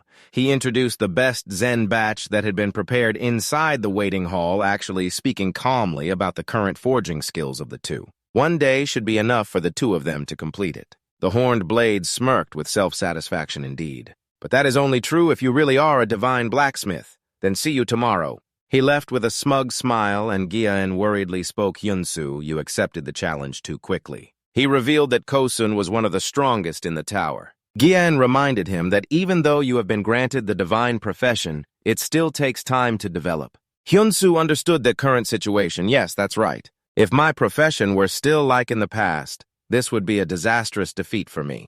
Since ancient times, people have passed down stories about the world in the game. Asgard, and above all here, players will receive powerful skills and enhancement effects based on rank and title. Each tower has its own overseer. Moreover, the tower master of each tower possesses innate abilities. Hyunsu sensed that as he advanced to the divine profession, that gap was no longer significant. He confidently gripped the hammer in his hand. At this moment, the only difference was merely skill, and that was even more evident than before. He thought to himself because of the skills he received. The system displayed skill attributes: Level 1, Divine Blacksmith Active Skill Crafting Level. Divine Interface Description allows players to freely forge weapons at will. Inside the forge, the flames flickered from the furnace casting light. The son-in-law gathered strength to swing the hammer high, each powerful strike resonating the fire reflecting on the hardened face of a seasoned blacksmith. I was once a blacksmith who had forged many swords, but the cousin recalled that sword forging had been passed down from our family through many generations. Therefore, he emphasized that I was the legitimate heir taught by my father. The memories of the past slowly flooded back, but at that time, someone far superior to me had appeared during that period. My heart was filled with bitterness, and instead of forging swords, I was forced to become the master of the forge tower. He could not hide his jealousy. I hated him, but I understood and accepted that. That person was none other than the master. Gyan had an anger in his heart that he could not suppress, but he was filled with resentment that bastard brought in some stranger and placed him in a position higher than mine. My heart was filled with hatred, and I would never forgive that. He poured all the anger in his heart onto the metal. The flames inside blazed fiercely, sparks flying violently. Hyunsu was sweating, and he breathed a sigh of relief. Holding the blade that gleamed coldly under the blinding light, Gyan silently observed infusing divine power and effects into the weapon. He silently determined to always follow the basic principle of giving and receiving. Gyan quietly assessed that to ensure victory belonged to him, he must first ensure durability, then maximize piercing attributes, but in his mind he had clearly determined. Therefore, to create the desired effects, you must forge it to the highest level, considering that the durability and attributes of Hyunsu are only at the rare level. Hyunsu stood tall, raising the sword blade he forged, the brilliant golden light illuminating the entire room. He thought to himself, what thoughts and skills does the god of blacksmithing have? The day of the duel had arrived, and a voice filled with disdain echoed, "You didn't run away, huh? So you could forge a sword in just one night." He uttered a condescending remark to see if your creation could truly be called the heir of the gods. The challenger slowly drew the sword from its sheath, his deep voice resonating. First, he tossed the sword sheath to the ground and slowly spoke, "Allow me to introduce my sword." A series of information appeared in black. Durability, damage, special skills. In fact, he stood with his arms crossed, watching intently as a master praised. Just as expected, Caution's skills were extraordinary. The person next to him added, "In just one night he could create such a perfect dual sword. It's truly amazing, a masterpiece."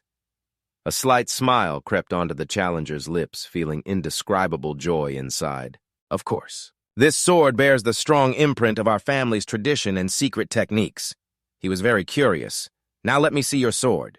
Hyunsu drew the sword from its sheath, raising it before everyone's eyes at that moment. His face stiffened, contrasting with the expression of the challenger, who was extremely delighted. The parameters appeared one by one: Hyunsu's custom-made sword, rare level. Everyone looked surprised, buzzing incessantly. "Rare? How can a sword be of rare level?" Whispers echoed everywhere, truly pathetic.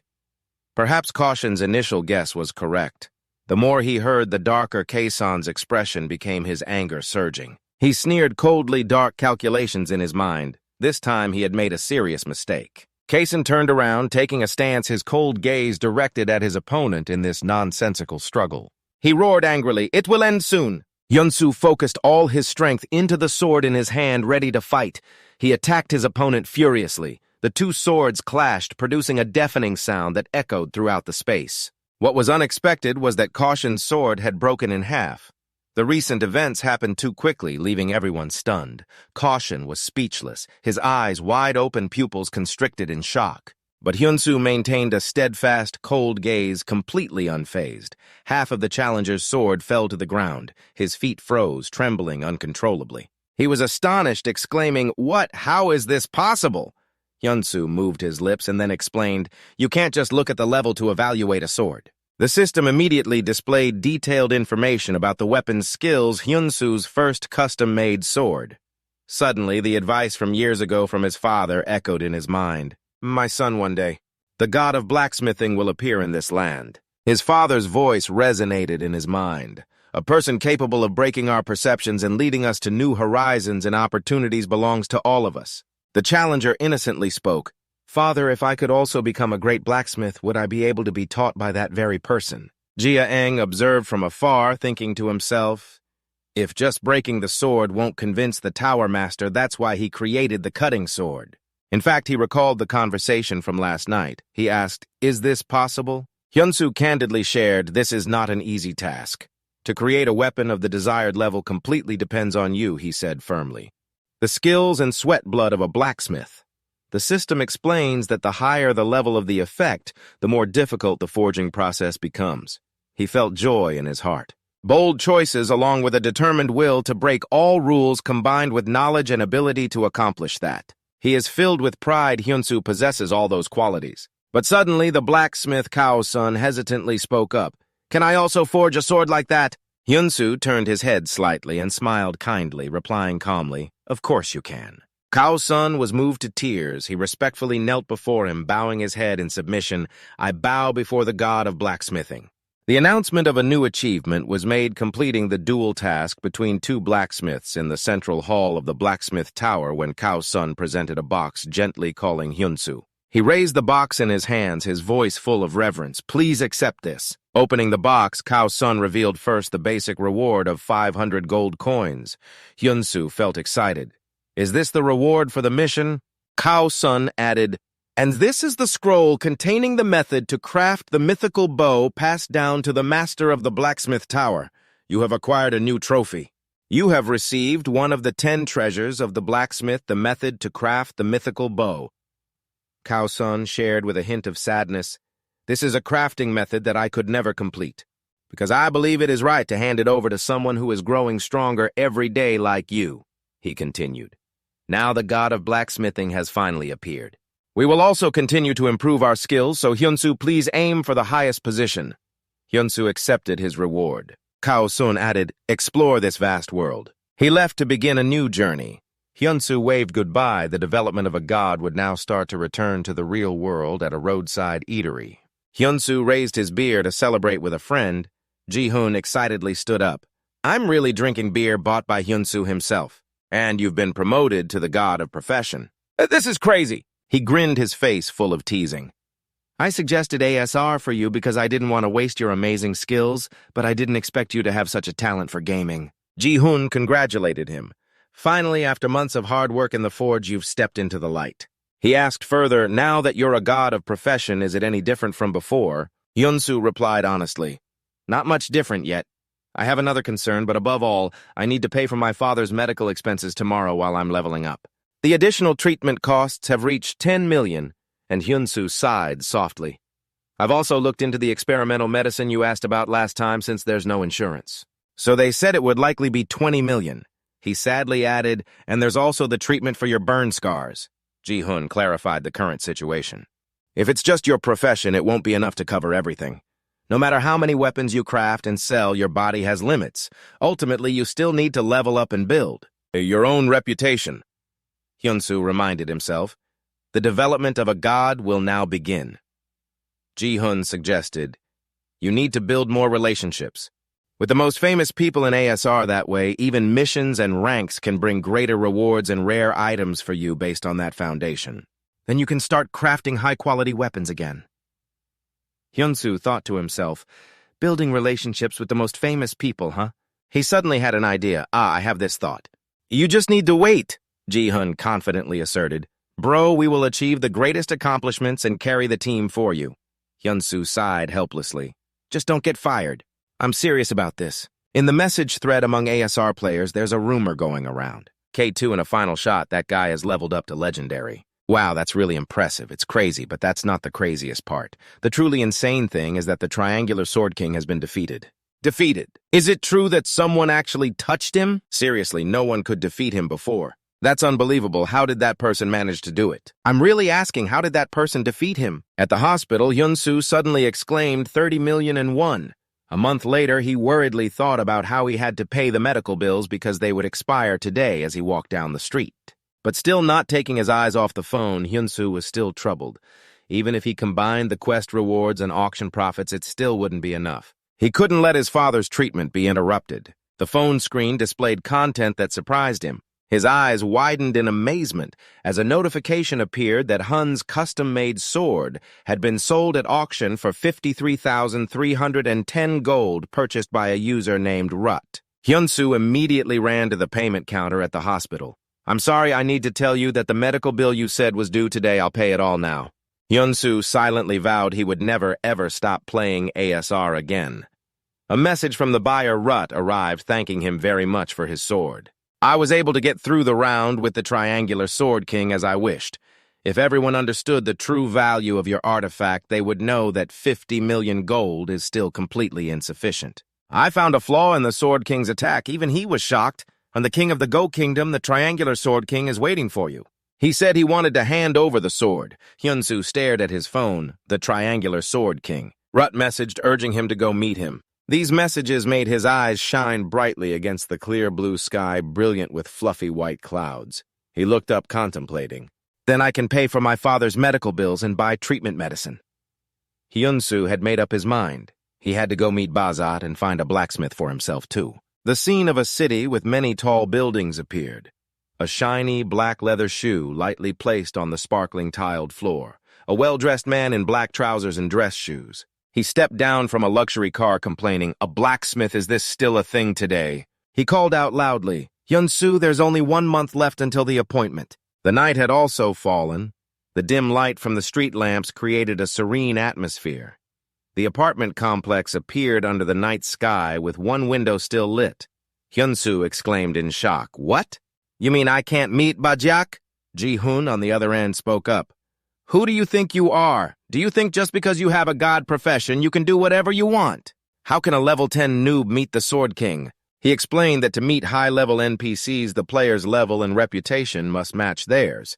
To meet Bazat, you must be at least level 200. Hyun-soo was stunned. "What?" Ji-hun added. "But it's not hopeless." He mentioned the Gozar martial arts tournament, which is held annually in the Gozar Kingdom. Hyun-soo was stunned what Ji-hun added, but it wasn't the end.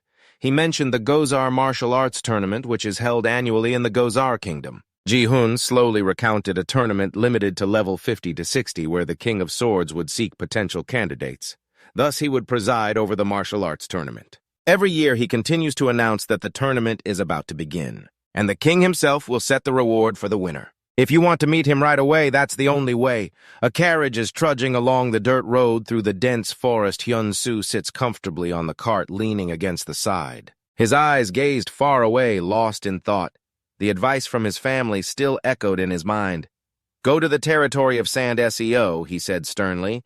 "It lies on the border between the Gai and Gozar kingdoms, a place where battles with the undead erupt every day.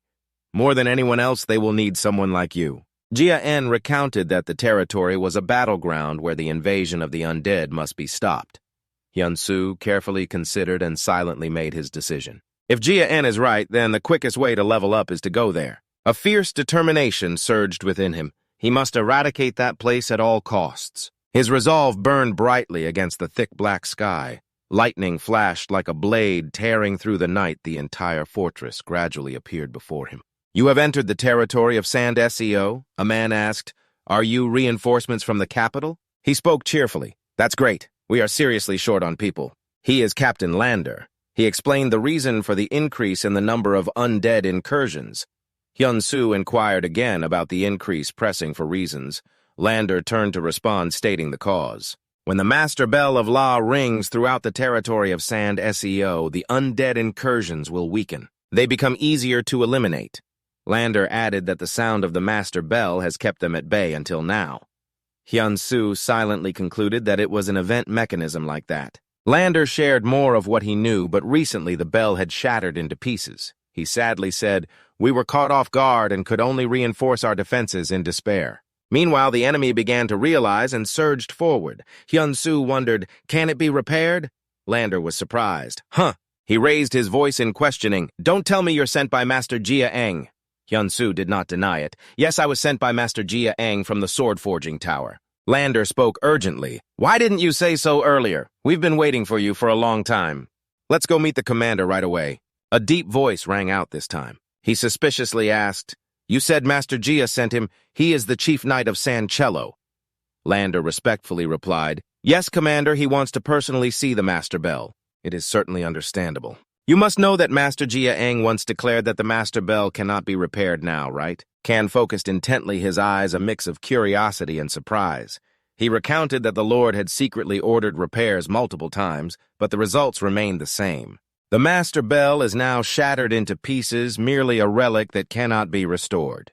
He continued with the development that there is still one person in Sand SEO tirelessly seeking a way to fix it, but it's just a futile effort. Chief Kan paused for a moment and then continued in a heavy tone.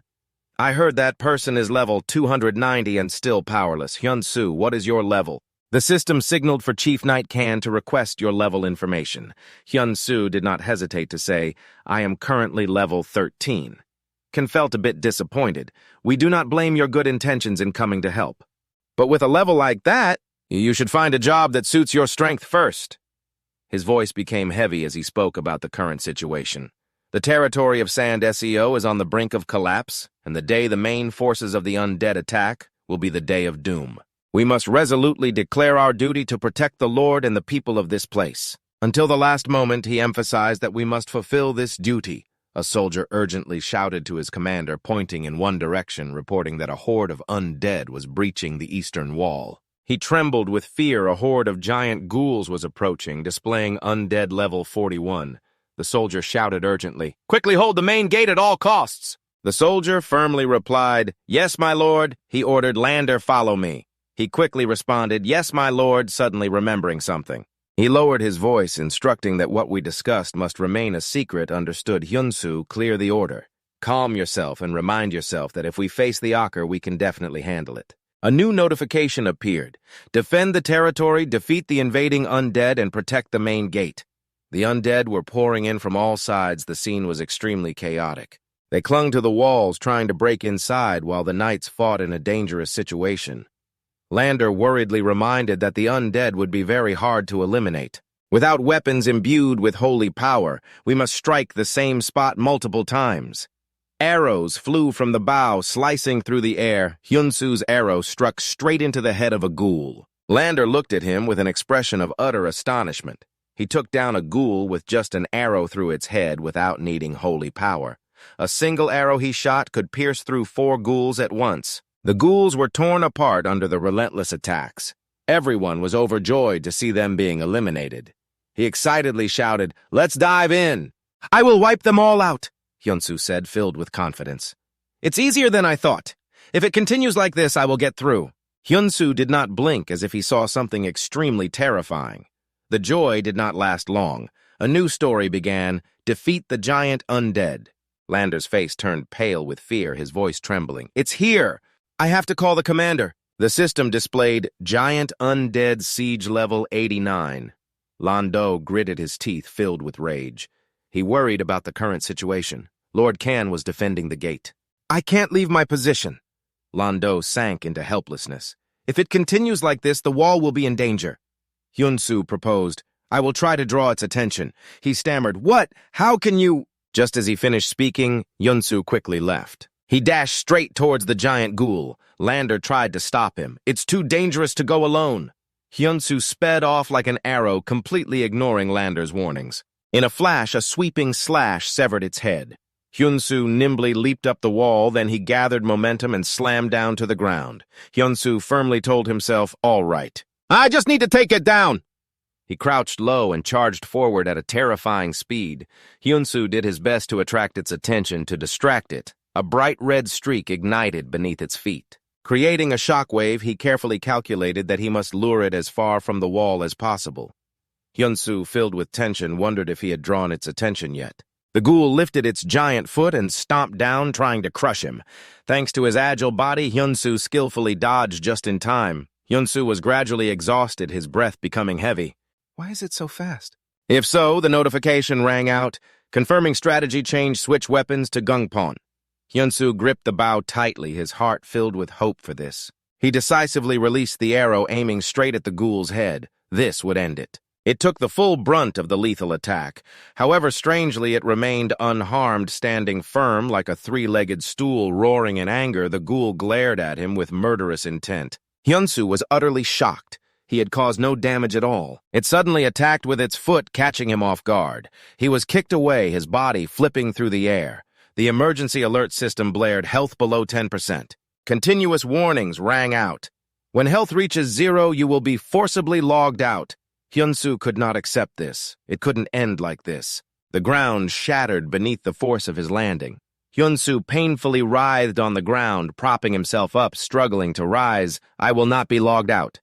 Hyunsu spoke with determination. It thinks it can easily give up. He kneels on the rocky ground, a small figure facing the giant body of the demon. Hyunsu tells himself, with a rising desire to win that if he doesn't overcome this hurdle. He won't be able to participate in the martial arts tournament Gozar. Hyunsu must bear the family's responsibility if that's the case. The medical fees for his father, he thinks of the burns on his body. The cost of his treatment, he thinks of his long-held dreams, and the plan to rebuild the forge will all vanish. I can't go back to being useless anymore. Hyunsu grits his teeth. He realizes that this game is where he starts to change reality. Hyunsu stands up resolutely, continuing to fight the demon. He bites his lip. He absolutely cannot give up now. This attack pierces straight through its leg. The deafening scream echoes as the demon writhes in pain, the agony making it even more ferocious. The system immediately sends out a warning signal.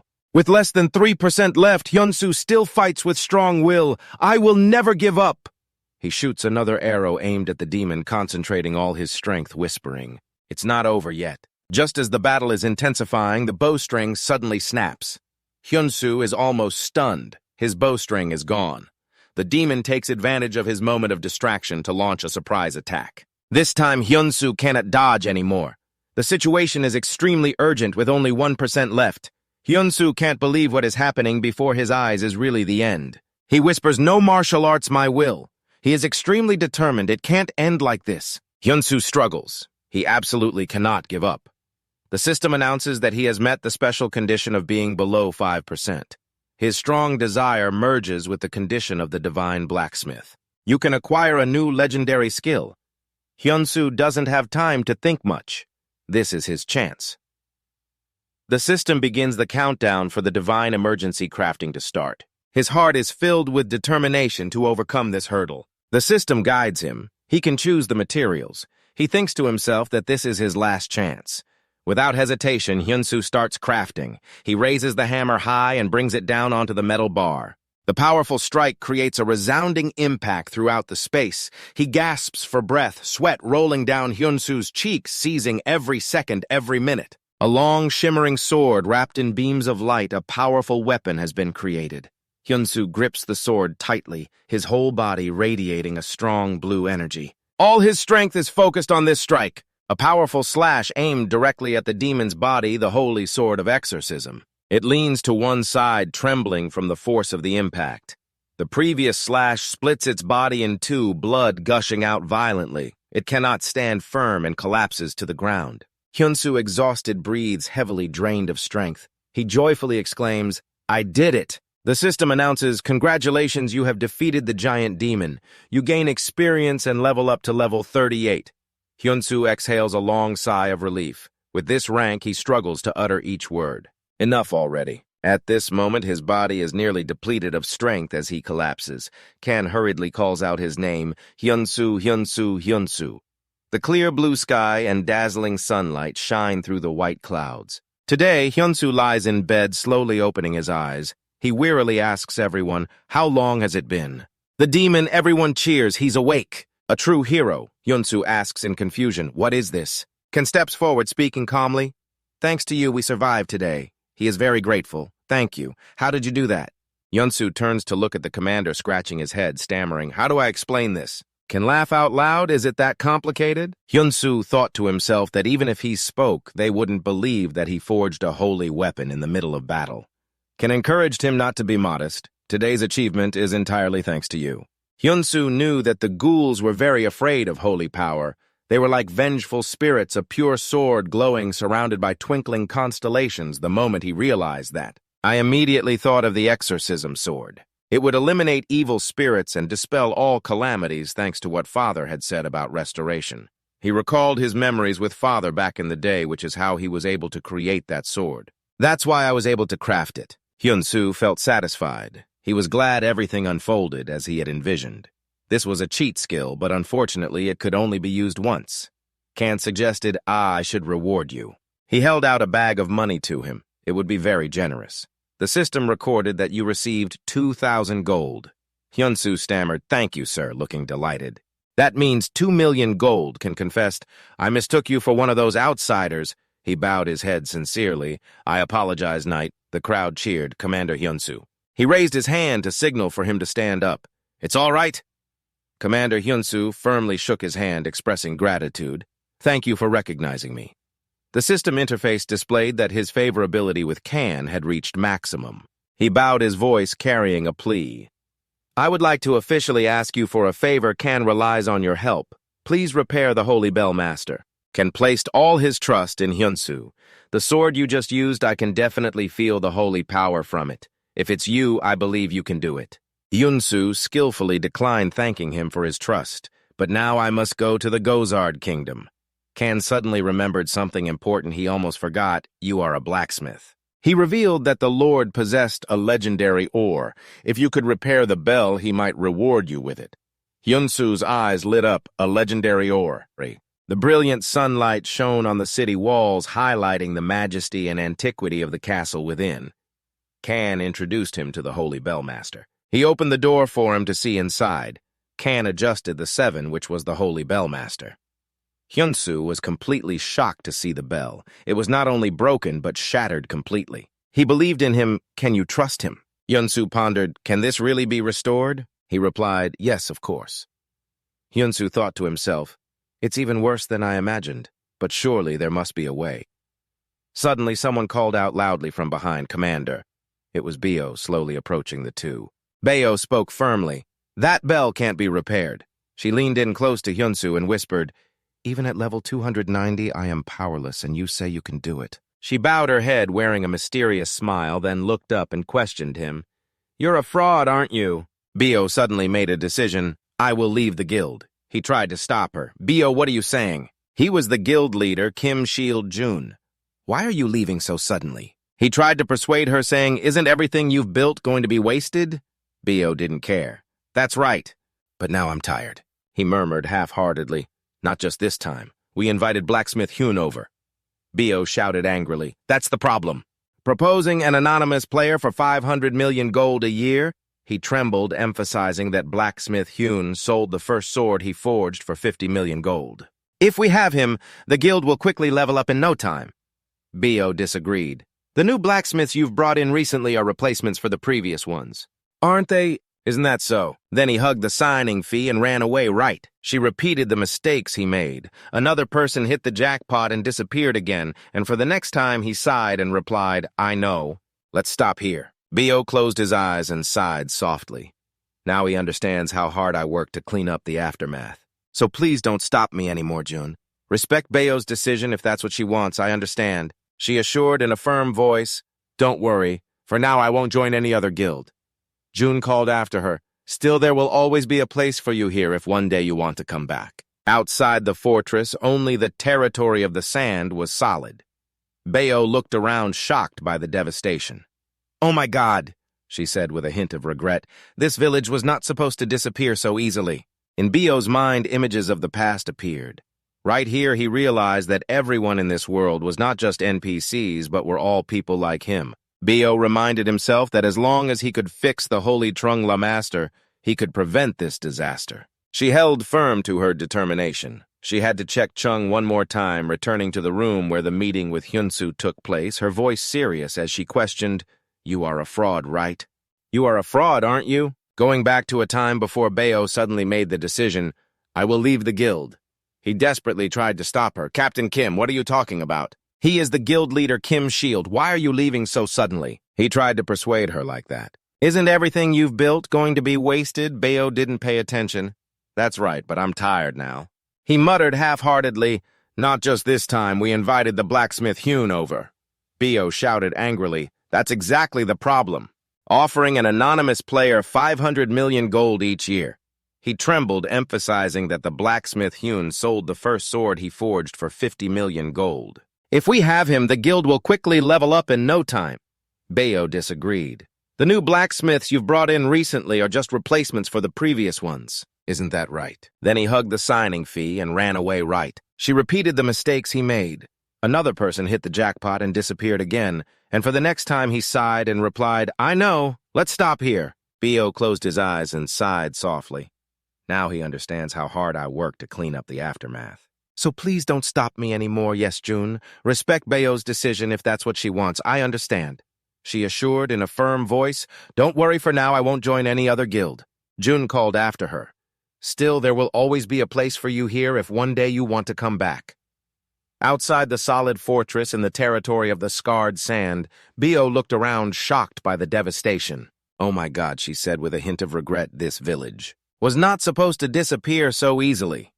In Bayo's mind, images of the past appeared. Right here, he realized that everyone in this world was not just NPCs, but were all people like him. Bayo reminded himself that as long as he could fix the Holy Trungla Master, he could prevent this disaster. She held firm to her determination. She had to check Chung one more time, returning to the room where the meeting with Hyunsu took place, her voice serious as she questioned, "You are a fraud, right?" Hyunsu was startled, stepping back cautiously, and he replied, "Who are you to say that?" She smirked with a hint of arrogance, saying that a blacksmith of a much higher rank than him quickly advised against causing trouble, and this is Bayo, the high-level blacksmith I mentioned earlier. "Bayo, this is Hyunsu, the one who helped us during the recent demon hunt." He hurriedly clarified that he had initially helped us fight the demons, and now he says he will fix the bell. Isn't he trustworthy? But in Bayo's heart, she didn't think so. A level 38 helping with a demon hunt. What next, fixing a bell? She threatened. "I don't know what tricks you're using, but that bell is beyond repair. Don't even think about exploiting the decline of the SEO sand for your own gain." "Are you even listening to me?" Hyunsu pretended not to hear, wondering what that buzzing sound was. Bayo watched his back, feeling annoyed that he was ignoring her, and she began to speculate. Could it be that the fragments had transformed? The display showed a holy bell that once contained sacred power, now completely shattered and irreparable. Bayo leaned forward to observe. Just as she thought, Hyunsu held a hammer and struck down forcefully on the fragments of the bell, witnessing his recent action. A thought echoed in her mind it couldn't be. Bayo widened her eyes and gasped, shouting, "What are you doing?" "Stop it!" Hyunsu replied briefly. She was stunned and asked him to repeat what he said. He reiterated that restoration was possible, but Bayo immediately countered. "You don't understand what it means for a holy artifact to be irreparable." A soldier rushed in to report to the commander, trembling as he spoke. "The zombies are pouring in." He looked panicked. After Hyunsu silently assessed, he realized another mission was at hand. The system displayed a notification that the update for the cell territory would start soon, and after the update, a zombie territory would be established. Bayo covered her mouth, trembling in fear. The SEO sand territory was gradually turning into a zombie territory.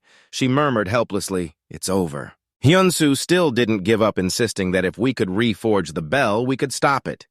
Bayo still didn't believe he could remake the bell. It seemed absurd. He replied firmly, "It's possible." Hyunsu stood up seriously, questioning the territory. "Don't you want to protect it?" Bayo lowered her head, speaking weakly. "You're right, but how?" Hyunsu gestured for her to follow him, and the system guided her to place the bell fragments into her bag. He clenched his fist, showing determination. "Let's protect this place together." Ken spoke confidently. "Hyunsu, I believe you can fix the bell. We will hold them off for as long as we can." He replied resolutely, "I believe in you."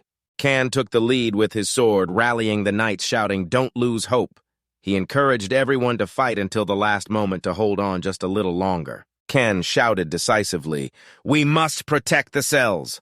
The last rays of sunlight illuminated the wooden roof of the forge where the two stood silently among piles of weapons and tools. Bio turned to him curious. "So what's your plan?" Hyunsu replied, "When I struck the fragments earlier, the sacred power didn't vanish, which means the sacred power still resides in the essence of the material."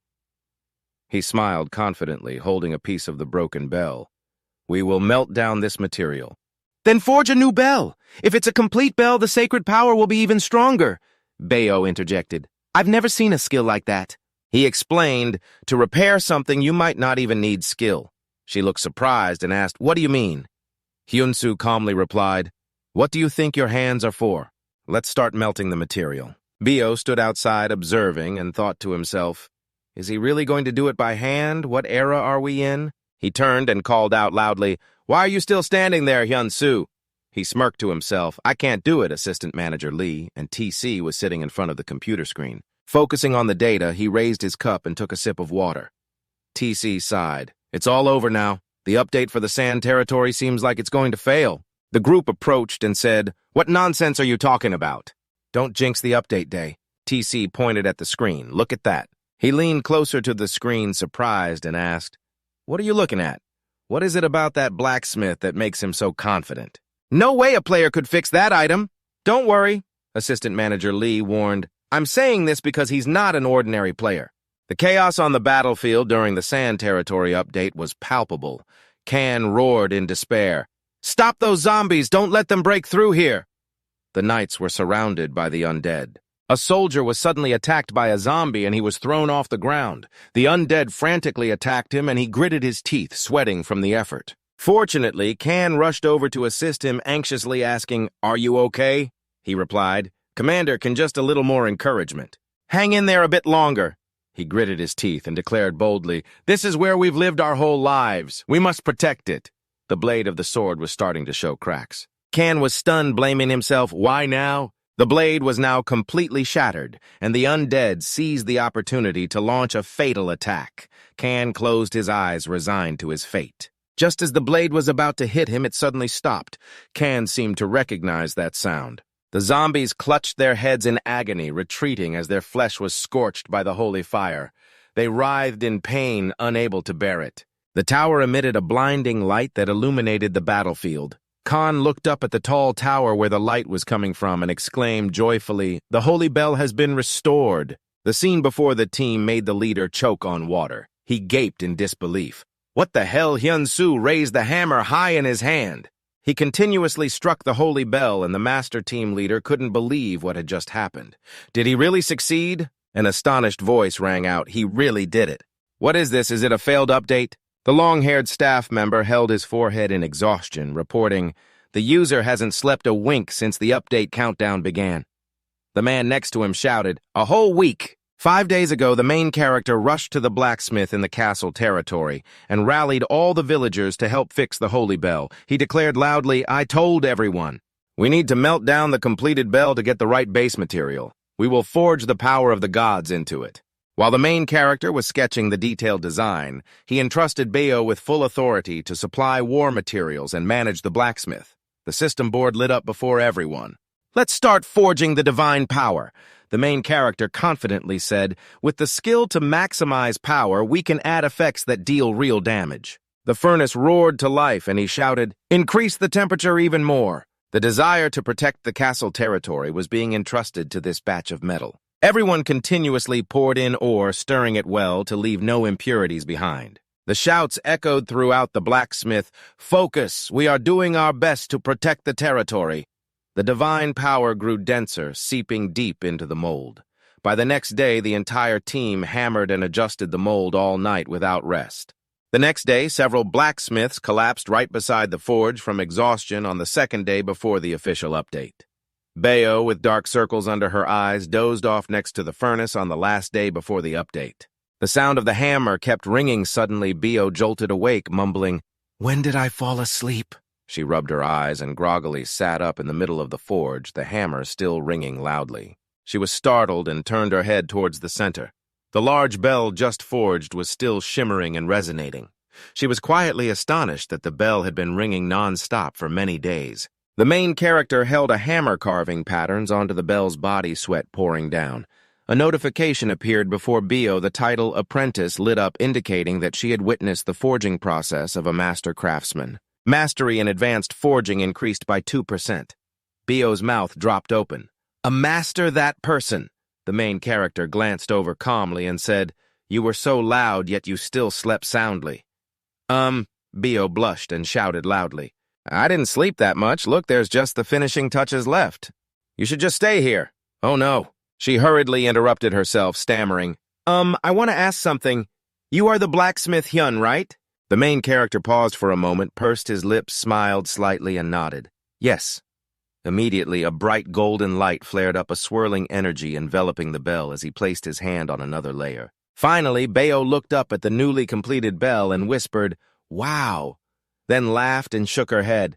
"Wow, it's really beautiful." The system panel lit up beside the custom-forged bell, Hyun's unique bell durability, infinite special skill cleanse, undead blessing against undead enemies. Recreating artifacts that were once deemed irreparable. Bayo turned to the main character and asked again, "Recreating, so that's why it's so impressive." Then she thought to herself, "I've never seen anyone do this." She stopped right in front of him, nervously calling out, "Hyun-soo!" Suddenly, she tightly grasped his hand and pulled him closer, stammering, "Please stay by my side from now on." The main character widened his eyes, surprised, then exclaimed, "Is this a confession?" Bio's face turned bright red as she shouted, "This is just a misunderstanding!" The scene shifted to the present. The main character swung the hammer down powerfully, and the sound of the bell exploded across the sky. Outside the city walls, the monsters screamed in terror as the sound of the bell reached them. They fell amidst the sea of flames, howling in agony. The warriors stood still, panting. A system notification appeared. A new bell had been forged, sweeping everything away. Next, the updates could stop and a new story could begin. The main character sighed beside the bell tower. "We did it."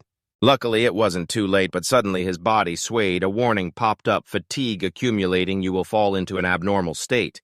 At that moment, the main character collapsed beside the bell and Bayo rushed over. Worried, she shouted, "Hyunsu, Hyunsu, are you okay?" Notification. The mission to repair the llama's bell has been completed. The reward will be changed. The world chat exploded. Does anyone know where the blacksmith Hyun is right now? What is this, a bookworm? This is the reason the Aries Castle territory update failed. Before and after the bell tower, oh, I remember now. Didn't he forge the first custom sword for Hyun? Oh, that's Hyun. What the hell? He even repaired the llama's bell. A flood of notifications poured in, following Hyun's blacksmith shop. Early in the morning, sunlight streamed through the window. The main character woke up groaning from the barrage of notification sounds as the announcement popped up. Hyun's blacksmith shop, 101,655 followers. He jumped up. 101,655 followers. How is that possible? This is unreal. He suddenly smiled, feeling happy that he had engraved Hyun's name on the bell. From now on, anyone visiting the Sandy territory would see that bell. At the same time, a knock on the door sounded. "Hyun-soo, can I come in?" "Yes, please come in." The bandaged captain stepped in, laughing loudly. The savior of the territory has awakened. A heavy bag of coins was placed down. 330,000 gold. You received 330,000 gold. The protagonist's eyes lit up at this amount. "I can contact them next." Lander hugged the wooden jar and stepped in, "And this is the worthy reward for a savior. The Lord instructed to pass it to you." The jar lid opened. A bright light filled the room. A notification appeared. "You received the legendary mineral Ori Chankum." The protagonist bowed his head, thanking the captain, smiling and shaking his head. "It should be us who thank you. Unlike other players, you did not give up but protected our territory. We are truly grateful." The protagonist felt the sincerity in his heart. He softly said, "I just did what I needed to do." He thought to himself it was also because of the despair of the people of Aries, just like real humans. He continued, "Now I will temporarily return to where I used to live." The captain smiled. "That's fine, it's up to you." The protagonist logged out. A notification appeared. "Hyun-soo has logged out." The captain marveled. This person is indeed a mystery. The next day at Gyeongdu, a man looked at his phone. "The account just received 300 million won." The guy looked up and said, "You really did it." The man across from him smiled brightly. That is real estate investor Kang Hyuk-soo. He looked at the protagonist and praised, "Very impressive Hyun-soo a year ago in the trading room." Hyunsu sat across from Kang Hyuk-soo. The opponent flipped through the documents and said slowly, "The total is 330 million won. They said it was a major fire." Hyunsu nodded slightly. "That's right." The man continued, "Anyway, with this amount of money, you will be able to cover the medical expenses. Hang in there." Kang Hyuk-soo stood up. "I'm busy, so I have to leave." Hyunsu suddenly spoke up. "Can I buy back the blacksmith shop?" He paused. "What did you say?" Hyunsu tightened his grip. "If I can get the money, will you sell the blacksmith shop back to me?" Kang Hyuk-soo sighed. "Buying back a place that is almost destroyed will cost you more. If needed, buying a new building for the forge would be better." Kang Hyuk-soo shook his head. "No, that is our blacksmith shop. There are too many memories of mine with my father there." Kang Hyuk-soo pondered for a moment and then said, "I will give you exactly 1 year, but remember, after that deadline, I will handle this property." Hyunsu bowed his head and thanked him repeatedly. He left, but turned back to add, "I hope the first contact will be you." Currently, a bank message appeared on the screen. "Kang Hyun-soo has received 330 million won." The protagonist smiled. Kang Hyuk-soo saw that and replied, "You really did it very impressive, Hyun-soo, even though I was the one who made the request. I also know that it is quite unreasonable. A year is already tight for a real estate person like me, yet I still kept my promise because I trust you." Hyunsu asked softly, "Why are you so nice to me?" He smiled briefly. "Well, you are the first person to say you want to buy back something you sold. I just want to encourage someone like that." Hyunsu was about to thank him, but shook his head. "Don't thank me. I still have to be grateful because you kept your promise." The protagonist thought to himself, "Thanks to him, I don't have to give up the blacksmith shop." Hyunsu hesitated a bit and then asked, "Do you know the game ASR?" He laughed. Of course, who doesn't know? Now Hyunsu scratched his head. "Actually, I am operating as a blacksmith in ASR. I want to forge a relic for you." He brightened up. "So can you make me a custom item? No limit on effect, system, or level." Hyunsu smiled confidently, gripping his hand. "Sure. I will make you anything." The scene shifted to a bustling tavern in the game. Hyunsu walked in. Baeo waved and called out loudly, "Hyunsu, over here." "This is our first reunion after the undead sweep, right?" The protagonist nodded. "Yes, I think so too." She teased him. "It's really hard to contact you so snobbish. There was a saying that made him embarrassed. Sorry." Baeo laughed. "I was just joking." She became serious again, introducing, "I am the strategy team leader of the Golden Shield Guild, the one who brought the guild to its current position." Remembering the moment the protagonist rang the bell, she continued, "That very day, I knew you would become a top-ranked master, to be honest. If one day you form a guild, I want to be the first member." Hyunsu paused, eyes wide, then laughed. "Didn't you call me a fraud the first time we met?" My face turned red. I'm sorry, at that moment anyone could easily misunderstand. "That's not the issue anymore. You laughed and said I was just joking." The two of them shook hands. The main character said, "I look forward to a smooth collaboration, Miss Baeo. But before we discuss the main matter, there's something else." A moment later, Baeo jumped in surprise. "What is it?" "You're about to meet Bazat, the Sword King Bazat, one of the 10 legendary figures." The main character calmly replied, "That's right, I will participate in the Gozet martial arts tournament. I heard that the Sword King Bazat will personally award the champion." Baeo held her head. "That's true. But that tournament is full of outstanding newcomers. It's not simple at all." The main character shrugged. "Then I just need to win." Baeo was annoyed, banging the table. "You're underestimating it too much. Can you even swallow another bite?" You smiled gently. "Don't worry, I will aim for victory with what I do best." Hearing that, she paused, slightly surprised. Hyunsu tilted his head and asked softly, "By the way, aren't you going to eat anything?" Baeo replied curtly, "I'm fine." The scene shifted to the day of the Gozat martial arts tournament. The stands packed the city bright under the sun. A knight riding a red dragon swooped down into the arena. He raised his hand, welcoming the outsiders to the Gozat martial arts tournament. "The competition will begin as soon as we leave the field. You will face the monsters that are about to appear. You may not know this, but His Majesty is watching, so keep the decorum. Good luck!" The noise erupted as he rode the dragon soaring high, and the system announced, "The Gozet martial arts tournament begins." A metal cage gate opened. With a loud crash, cheers exploded, the ground shook, and something fell heavily, causing everyone to gasp. The crowd looked up to see a gigantic rock appear amidst the dust. The survival system announced, "Survive against the golem horde. Countdown 1 hour begins." The cheers rose. Someone roared, "Let's go!" "Come here, you rock-headed monsters. We knew it would be golems. Let's fight." The system continued. First challenge: defeat a level 109 golem to receive rewards. Some hesitated. Is the level really that high? Another person reassured. Don't be scared, the first round is easy. Whoever strikes first will have the advantage. Before the words finished, a sweeping attack crushed several people. A cold notification flashed red. It's back! Players are panicking. Isn't this supposed to be easy? The remaining crowd turned and fled in a panic while 7 golems continued to roar forward. The golems swung their arms, crushing shields and eliminating more players, the survivors screaming in terror. The information we received is completely different. If it's like this, how can we win? Amidst the screams, Hyunu stood calmly in the crowd. Above, the red dragon circled the palace. The scene shifted inside the palace where Bio was panting, rushing through the hallway, thinking to herself. The tournament is turning negative. A higher-level golem has been released. There's no time left. If this continues, all outsiders will be wiped out. She shouted loudly at the door. Get out of the way! I need to see His Majesty immediately. 2 guards exclaimed. Lady Bio, but we don't have His Majesty's permission. Bio ignored them and roared, Your Majesty, we must stop the tournament right now. A warm voice replied, You are not allowed.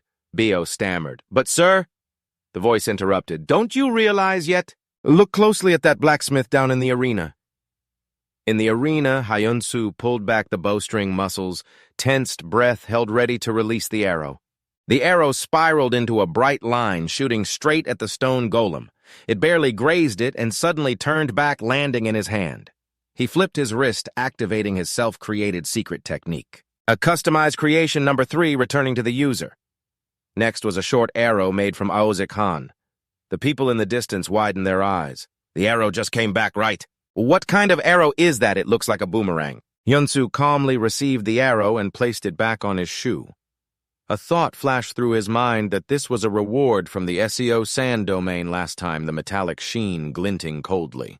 The thing that only existed in legends. He pulled the string again as predicted. The arrow shot straight into the chest of the stone golem. The halo exploded, but the arrow suddenly changed direction. Retrieving it, he swept across the arena, brushing past a player. The sound of the whip echoed, Hey, do you want a PK? Hyunu was startled. Sorry. At the same time, the golem roared, extending the notification system. The golem was stunned for 4 seconds, unable to move due to physical shock. Cheers erupted. The golem is stunned. Our chance! Attack the hunters! The skill of the gleaming blade burst forth, sweeping along the monster's body. Successive explosions hit the golem. It howled in pain, stomping down hard on the ground, causing it to crack. Its red eyes still flickered. As if about to rise, it swung its fist in a large arc. Someone shouted, Just a little more and it's done! Running away, the giant arm raised, preparing to punch down. The hot wind whistled around its ears as it threw a punch straight at Hyunu. Quinn! Quinn! The sound echoed. Dust exploded. Players shouted, Damn it, in the dust cloud. Hyunu's voice rang out, switching weapons, metal clashing against stone arms. He gasped, It's not over yet! Gripping the hilt of the new sword tightly, the gleaming blade ready to block the next strike. The moment they collided, light flashed. The sound of breaking echoed right before Hyunu was thrown high. The sword shattered into many pieces in the observation room. Someone hurriedly reported, Your Majesty! We should stop the tournament. That player is close to the limit. The 3-sided figure exhaled softly, saying nothing, but the halo on the orb flickered, causing him to stare intently at the arena. In the golem's chest, a metallic halo gathered into the shape of a blade. The urgent crafting by the deity was complete. Hyunu gasped, tightening his grip on the new weapon. The blade of the crafted weapon sliced through the stone. A gleaming line cut cleanly through the stone layer. The rocks cracked and then shattered loudly. The golem's body staggered and fell. A notification appeared. You have defeated the stone golem. The blade's remnants faded from his hands. The urgent crafting by the deity, the blade and the crafted weapon had now disappeared. A system notification flooded in. You have leveled up. Hyunu looked up, relieved. His level increased by 14 in the distance. Someone was stunned, unable to believe it. Did he really take it down? Hyunu laughed. Didn't we all work together to take it down? A player with a wizard interface shouted, With this disparity, how could we take it down? The main goal is survival. The trial originally had 3 phases from the start, but he messed it all up. They didn't bring that out for us to take down. Hyunu nodded slightly. I see. Suddenly, dizziness hit his ears, rang, his body staggered, then fell, his vision swirling, the chatter mixed with excitement. Is he fainting? No signs were showing. Are we just going to leave him there? The tournament is still ongoing. Isn't that more important than how many weapons that person used? I thought it was versatile, but turns out it's a master of weapons, really. Just getting one of those would be enough to celebrate. At that moment, Bio shouted loudly, "Attention all contestants, due to an error from the organizing committee, the martial arts tournament will end here today." The call to disperse echoed throughout the arena. The screen faded. Hyunsu still lay there. The live commentary rolled in. What the hell just happened? Unbelievable, he took it down. Is there anyone who recorded that? An arrow on the ground, clearly engraved with Hyun. The audience was stunned. This name belonged to the one who previously created the unrepairable item in the Sansale domain. Messages flooded in crazy. That person is a blacksmith. How could a blacksmith be so strong? Those items are too incredible. In the customer service room, the sound of typing and complaints echoed. Why did the Gojrat tournament stop the staff from wearing headphones and force a forced smile? Sorry, that's an internal decision of the Gojrat kingdom we cannot answer. What does it mean that a golem over 100 appeared unexpectedly on the other end of the line? Are you trying to get us killed? The staff could only repeat the powerless apology with tears in their eyes, while many outside remained skeptical, but the audience in front of the screen could only watch. In surprise, the scene shifted to another place where a woman with glasses smiled gently, her eyes bright with curiosity and interest. Captain Koa, something big is happening. The long-haired person grumbled, "What, now I'm busy." She turned to the Gojrat tournament, which was canceled. "Long hair, I already know about that." "Never mind," she continued. "It's not like that. The three armored ones just summoned Hyunsu." The long-haired person spat out all the coffee in their mouth and stood up saying what just cleaning up the tournament has already wasted time. "Are they still meeting right now?" She reported that Hyunsu is on his way to the palace to give his opinion. The long-haired person held their forehead, feeling overwhelmed, and said softly, "I just want to go home." The long-haired person felt helpless. "I feel the same way. That user is beyond ordinary. I can't guess anything," the person with glasses added. "That's true, and if Hyunsu fulfills Bazat's request and achieves maximum intimacy, then what?" Long Hair replied he will become the strongest blacksmith and master the swordsmanship of the Sword King. "Of course, it's not easy. It depends on the three armored one's decision," she added, "but I naturally feel worried." "Right, Long Hair, don't jinx it." The scene shifted to the next day. Hyunsu entered the grand hall thinking to himself that he met the three armored ones earlier than expected when a deep voice echoed from the throne. "Traveler, hear me. As per tradition, I will reward you in front of everyone, but due to yesterday's incident, I hope you understand. For the sake of simplicity as a master of weapons, your achievements have been seen by all. Let us honor this warrior. The reward is 13,000 gold. You kneel down to thank His Majesty." "But your Majesty, I heard that you are looking for me." The guard shouted loudly, "How dare you? No matter how rare, arrogance should not be spoken like that. Too bold. His Majesty has not finished speaking. There is no way His Majesty is looking for you. You raised your head calmly and said, 'I am Hyun the blacksmith at His Majesty's command.' I beg your pardon. We will expel him immediately." The hand raised for 3 seconds stopped. "He is the guest I have been waiting for." The male lead replied, "My journey here has been quite difficult." The three armored ones added, "So do you know why I summoned you here?" The male lead immediately replied, "Yes, your Majesty." "You summoned me to commission the forging of a sword, right?" His red gold eyes sparkled. "Yes, that's correct. Furthermore, what I want to commission is something that even the best blacksmith in this kingdom cannot make. Even the best blacksmith is at a loss, and even the master of the sword tower has failed." He closed his eyes for a moment and then opened them. His voice deepened, and the red light around him flared up, his gaze heavy like a fierce killing intent blowing towards me. "I want to know why I should trust you when the pressure descends like a wall of fire." You clenched your teeth. A faint hiss escaped, and then you spoke slowly and clearly. "The only thing is, I came all this way just because I believe in my skills.